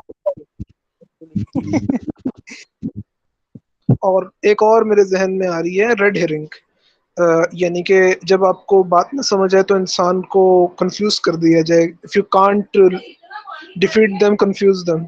तो जो है वो यानी कि इतने सारे क्वेश्चंस करते हैं और इतने रैंडम क्वेश्चंस करते हैं कि जो मेन टॉपिक होता है उससे हम दूर चले जाते हैं, और वो जो बंदा होता है जो आर्ग्यूमेंट में फंसा रहा होता है वो खुद फंस जाता है अपनी बात में। तो ये भी एक लॉजिकल फॉलिसी है, और मेरे ख्याल में ये जरा चालाक बंदे कर सकते हैं, थोड़े एक्सट्रोवर्टेड होते हैं।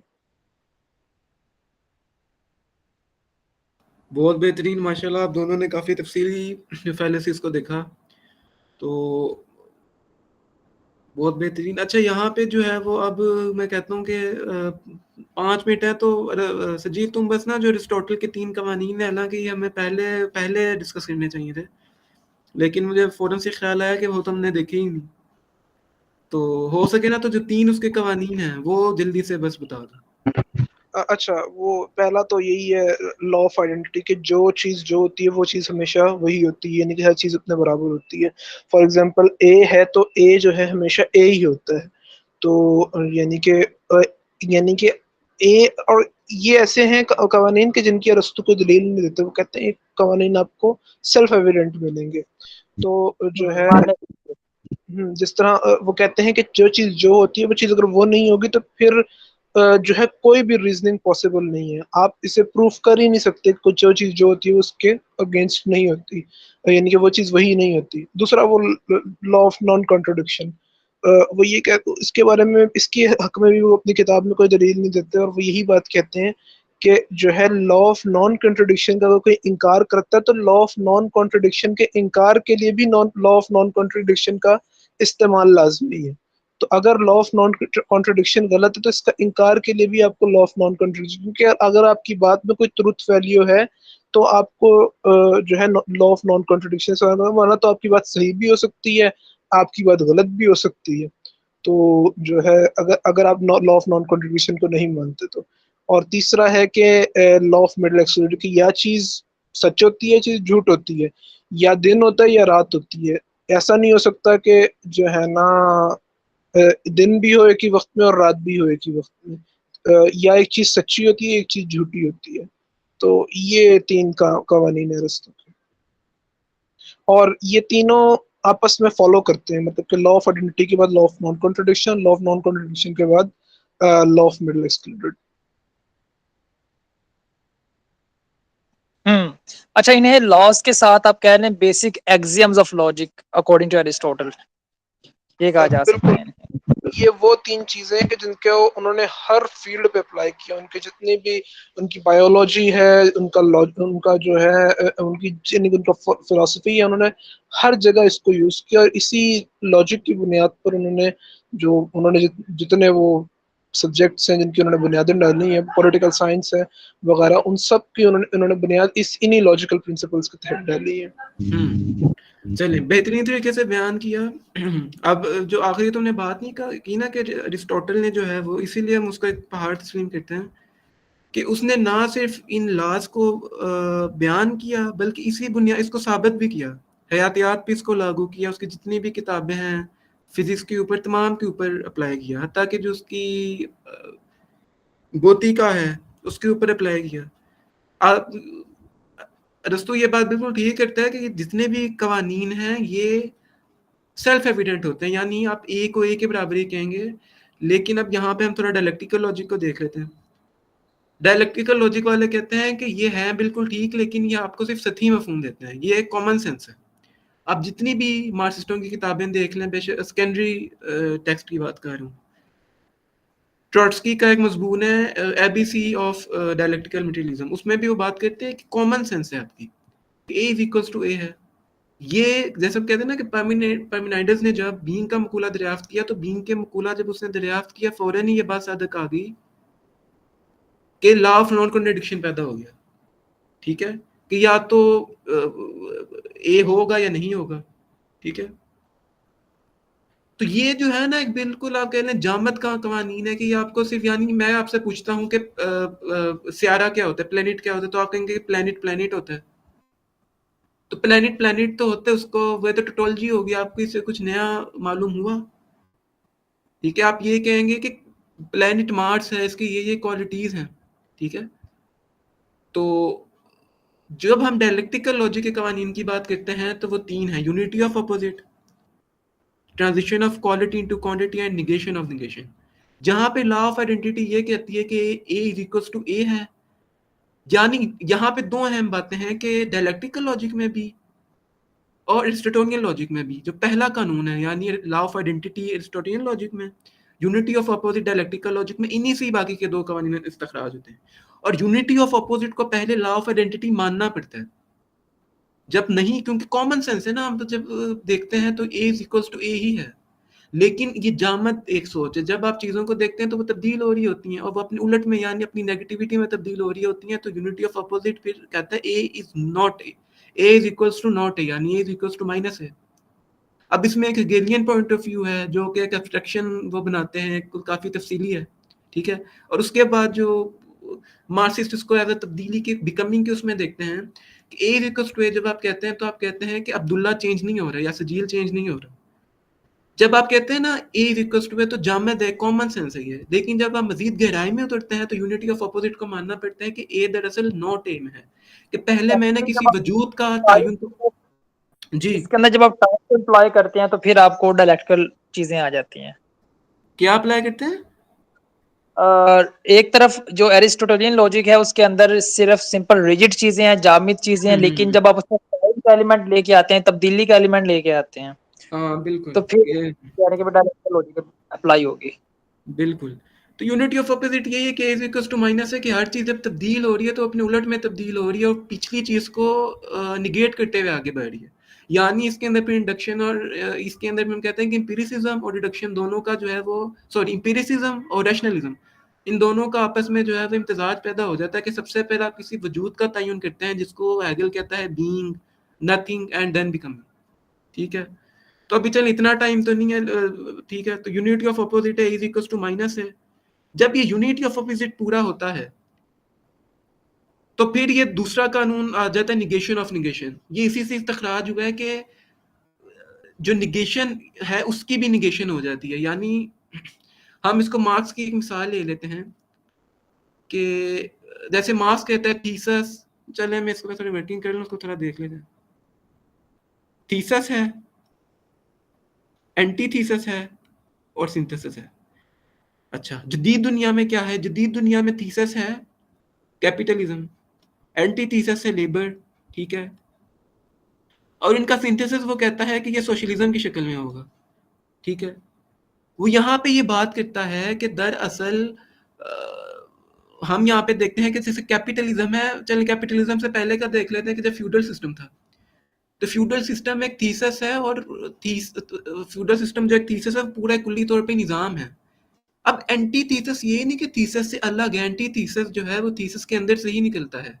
यानी फ्यूडल का एंटी थीसिस होगा फ्यूडल के कुल्ली निज़ाम के अंदर से ही निकला हुआ, जो आप जिसे कहते हैं इंग्लिश में मैं नाम भूल गया, उनके मज़ारे कहते हैं आप, सर्फ, सर्फ्स, SERFs, सर्फ्स, कि जो कि बड़े बड़े जागीरदारों की जो ज़मीनों के ऊपर किराए के मजदूर होते हैं, वो थोड़ी बहुत गंदम उन्हें दे देते हैं, बाकी बादशाहों को पहुंचा देते हैं, ठीक है। यानी जो थीसिस होता है वो एंटी थीसिस से निकलेगा। और थीसिस खुद निगेशन ऑफ द निगेशन है। यानी जब फ्यूडल्स के खिलाफ सर्फ्स निकलेंगे तो पहले जो निगेशन होगी वो स्कूली निज़ाम की तो होगी, लेकिन उसके साथ उस तबके की भी निगेशन हो जाएगी। यानी अगर सर्फ जो है वो इंकलाब करते हैं, एंटी थीसिस जो सर्फ है वो थीसिस यानी फ्यूडलिज्म के खिलाफ खड़ा होता है और थीसिस एंटी थीसिस ही निकला है, तो दरअसल पहले इसकी निगेशन होगी और फिर इसकी यानी निगेशन ऑफ द निगेशन होगी, और निगेशन ऑफ द निगेशन के सिलसिले के अंदर जो है वो आपका सिंथेसिस यानी कैपिटलिज्म आया, ठीक है। और निगेशन ऑफ निगेशन को अगर आप पहले नंबर पे ये लें, तीसरे नंबर पे ये, तो दूसरे नंबर पे ये है transition of quality into quantity, के छोटी छोटी क्वांटिटीज होती हैं जो क्वालिटी में तब्दील हो जाती हैं। ये तो एक जितने भी मास्टरों ने पता है कि सतह ज़मीन के ऊपर, सतह जो ज़मीन है उसके ऊपर आपको तमाम चीज़ें बिल्कुल ठीक नज़र आ रही होती हैं, और बेशक जितनी भी महंगाई हो जाए लोग आराम से बैठे हुए होते हैं, लेकिन वो क्वांटिटी फ़ौरन से यहाँ पे क्वांटिटी आता है, यहाँ क्वांटिटी आता है और यहाँ क्वालिटी, ये गलत हो गया। तो जो क्वांटिटी होती है फ़ौरन से क्वालिटी में तब्दील हो जाती है और हमें पता भी नहीं लगता कि इंकलाब आ गया। इसके ऊपर तो किताबें लिखी गई हैं, जितने भी लोग हैं वो जो रशियन रेवोल्यूशन को इसीलिए स्टडी करते हैं कि 2 महीने पहले रशियन रेवोल्यूशन से जो बोल्शेविक पार्टी थी उसकी जो स्ट्रेंथ थी वो कोई 200 थी कि 2000 थी, और 2 महीने बाद जब इंकलाब हो रहा था तो उसी पार्टी की जो है, जिसको कोई मुंह नहीं लगाता था, लोग चुप चुप के 3-3 बंदे स्टडी सर्कल करते थे, वो 2 लाख तक उसकी जो है वो पहुंच गई। तो 2 महीने के अंदर ऐसा क्या हुआ, ये जदलियाती कवानीन हमें बताते हैं। और ये भी याद रखा जाए कि जो जदलियाती कवानीन है वो फहम से ताल्लुक रखते हैं, वो अक्ल से ताल्लुक रखते हैं। ये अक्ली कवानीन है। एरिस्टोटोनियन लॉजिक को हम इसीलिए कॉमन सेंस कहते हैं कि ये हिस्सियात से ताल्लुक रखते हैं। लेकिन जो डायलेक्टिकल लॉजिक है, और ये तो मैंने अभी मार्क्सिस्ट बयान किया है, हेगेलियन लॉजिक तो बहुत तफसीली है, उसको भी थोड़ा देखते हैं। ये मैंने मार्क्सिस्ट थ्योरी बयान की है, और ये बिल्कुल 0.1 पार्ट है हेगेलियन लॉजिक का। इसको जो बाबा आदम था आपका, जो एक मुझे जरा टाइम देना,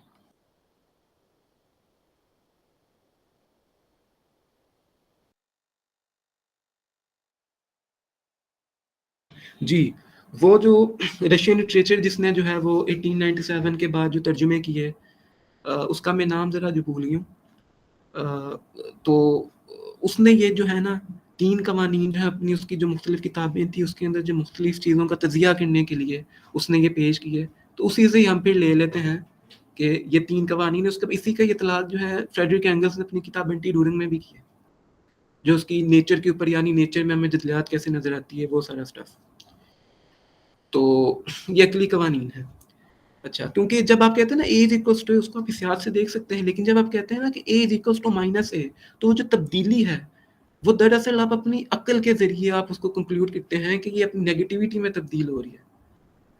और डायलेक्टिकल जो हेगल ने जो डायलेक्टिकल आइडियलिज्म दिया वो सीधा मेटाफिजिक्स का डिनाई करता है। यानी मेटाफिजिक्स जो है, ये पहले भी मिसाल दी हुई है, मेटाफिजिक्स जो है वो चीज़ों को तोड़ के देखती है, डायलेक्टिकल लॉजिक के कुल में देखती है। यानी मैंने कहा ना कि थीसिस के अंदर से एंटीथीसिस निकला, एंटीथीसिस कोई बाहर से नहीं आया। तो यानी जो डायलेक्टिकल लॉजिक बाहर से किसी तीसरी इल्लत या फर्स्ट कॉज को नहीं कंसीडर करती, वो कहती है कुल है, और ये कुल के अंदर से तमाम चीज़ें निकली। फिर इसके अंदर आप हेगल की फिलॉसफी में चले जाएं, आपको सेल्फ कॉन्शियसनेस मिल जाएगी। मास की थ्योरी में जाएं तो थ्योरी ऑफ एलिनेशन मिल जाएगी। वो 3-4 थ्योरी ऑफ एलिनेशन बयान करता है। एक अपनी ज़ात की एलिनेशन, एक ज़ात की कमोडिटी के साथ एलिनेशन, इसके अलावा मारूजी हालात की, वो फिर होते होते वो 4 उसकी जो फिलोसॉफिकल मैन्युस्क्रिप्ट ने 1844 के, जिसका तर्जुमा भी किया है और वो छप जाएगा अगले महीने। तो काफ़ी बड़ी कंट्रीब्यूशन है जिसने भी किया।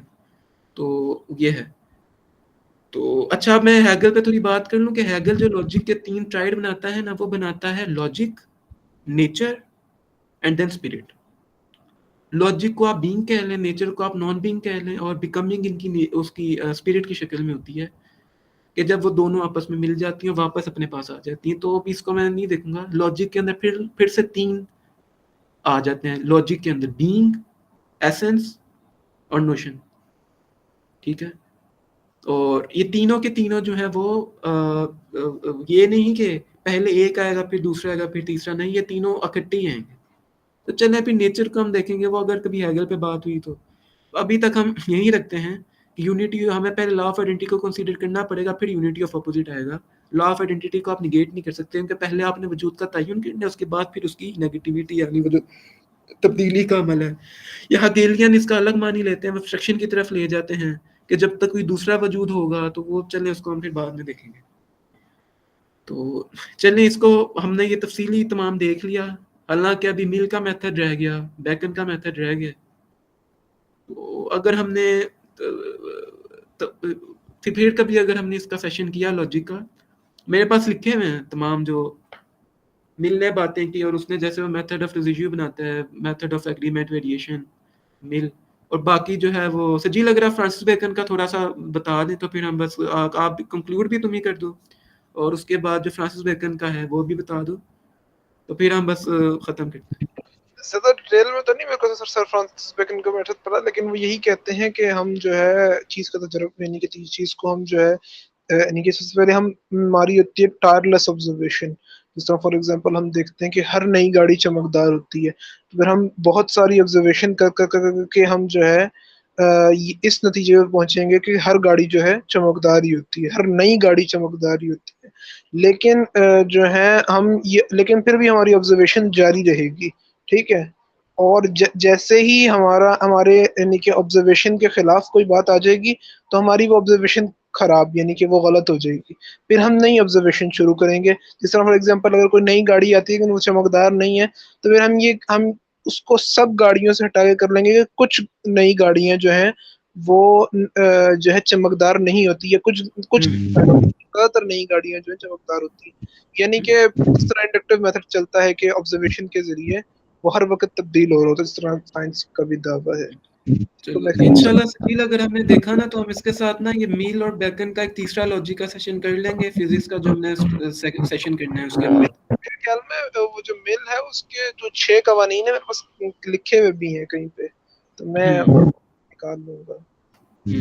तो बाकी जो बेकन का मेथड ना, वो यानी जो तुमने बात की वो मतलब कि वो पूरी मेथोडोलॉजी बनाते हैं, उसके अंदर वो 3 मराहल हैं उसके। डिस्क्रिप्शन ऑफ फैक्ट सेट, एबुलेशन, एपिटेबुलेशन के अंदर 3 और मराहिल हैं।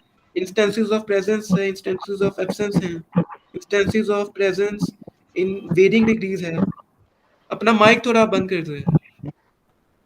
उसके बाद फिर केयरफुल एग्जामिनेशन ऑफ रिजल्ट आ जाते हैं बेकन के उसके अंदर। ये तीसरा है जिसके अंदर फिर rejection of not connected points है और आइडेंटिफिकेशन ऑफ पॉसिबल कॉज है। यानी इसमें ना वो प्रेजेंस और एब्सेंस के हवाले से बात करते हैं कि कॉजेस की प्रेजेंस एंड एब्सेंस, और इसी के ऊपर फिर मेथड अपने 6 कवानीन बनाता है।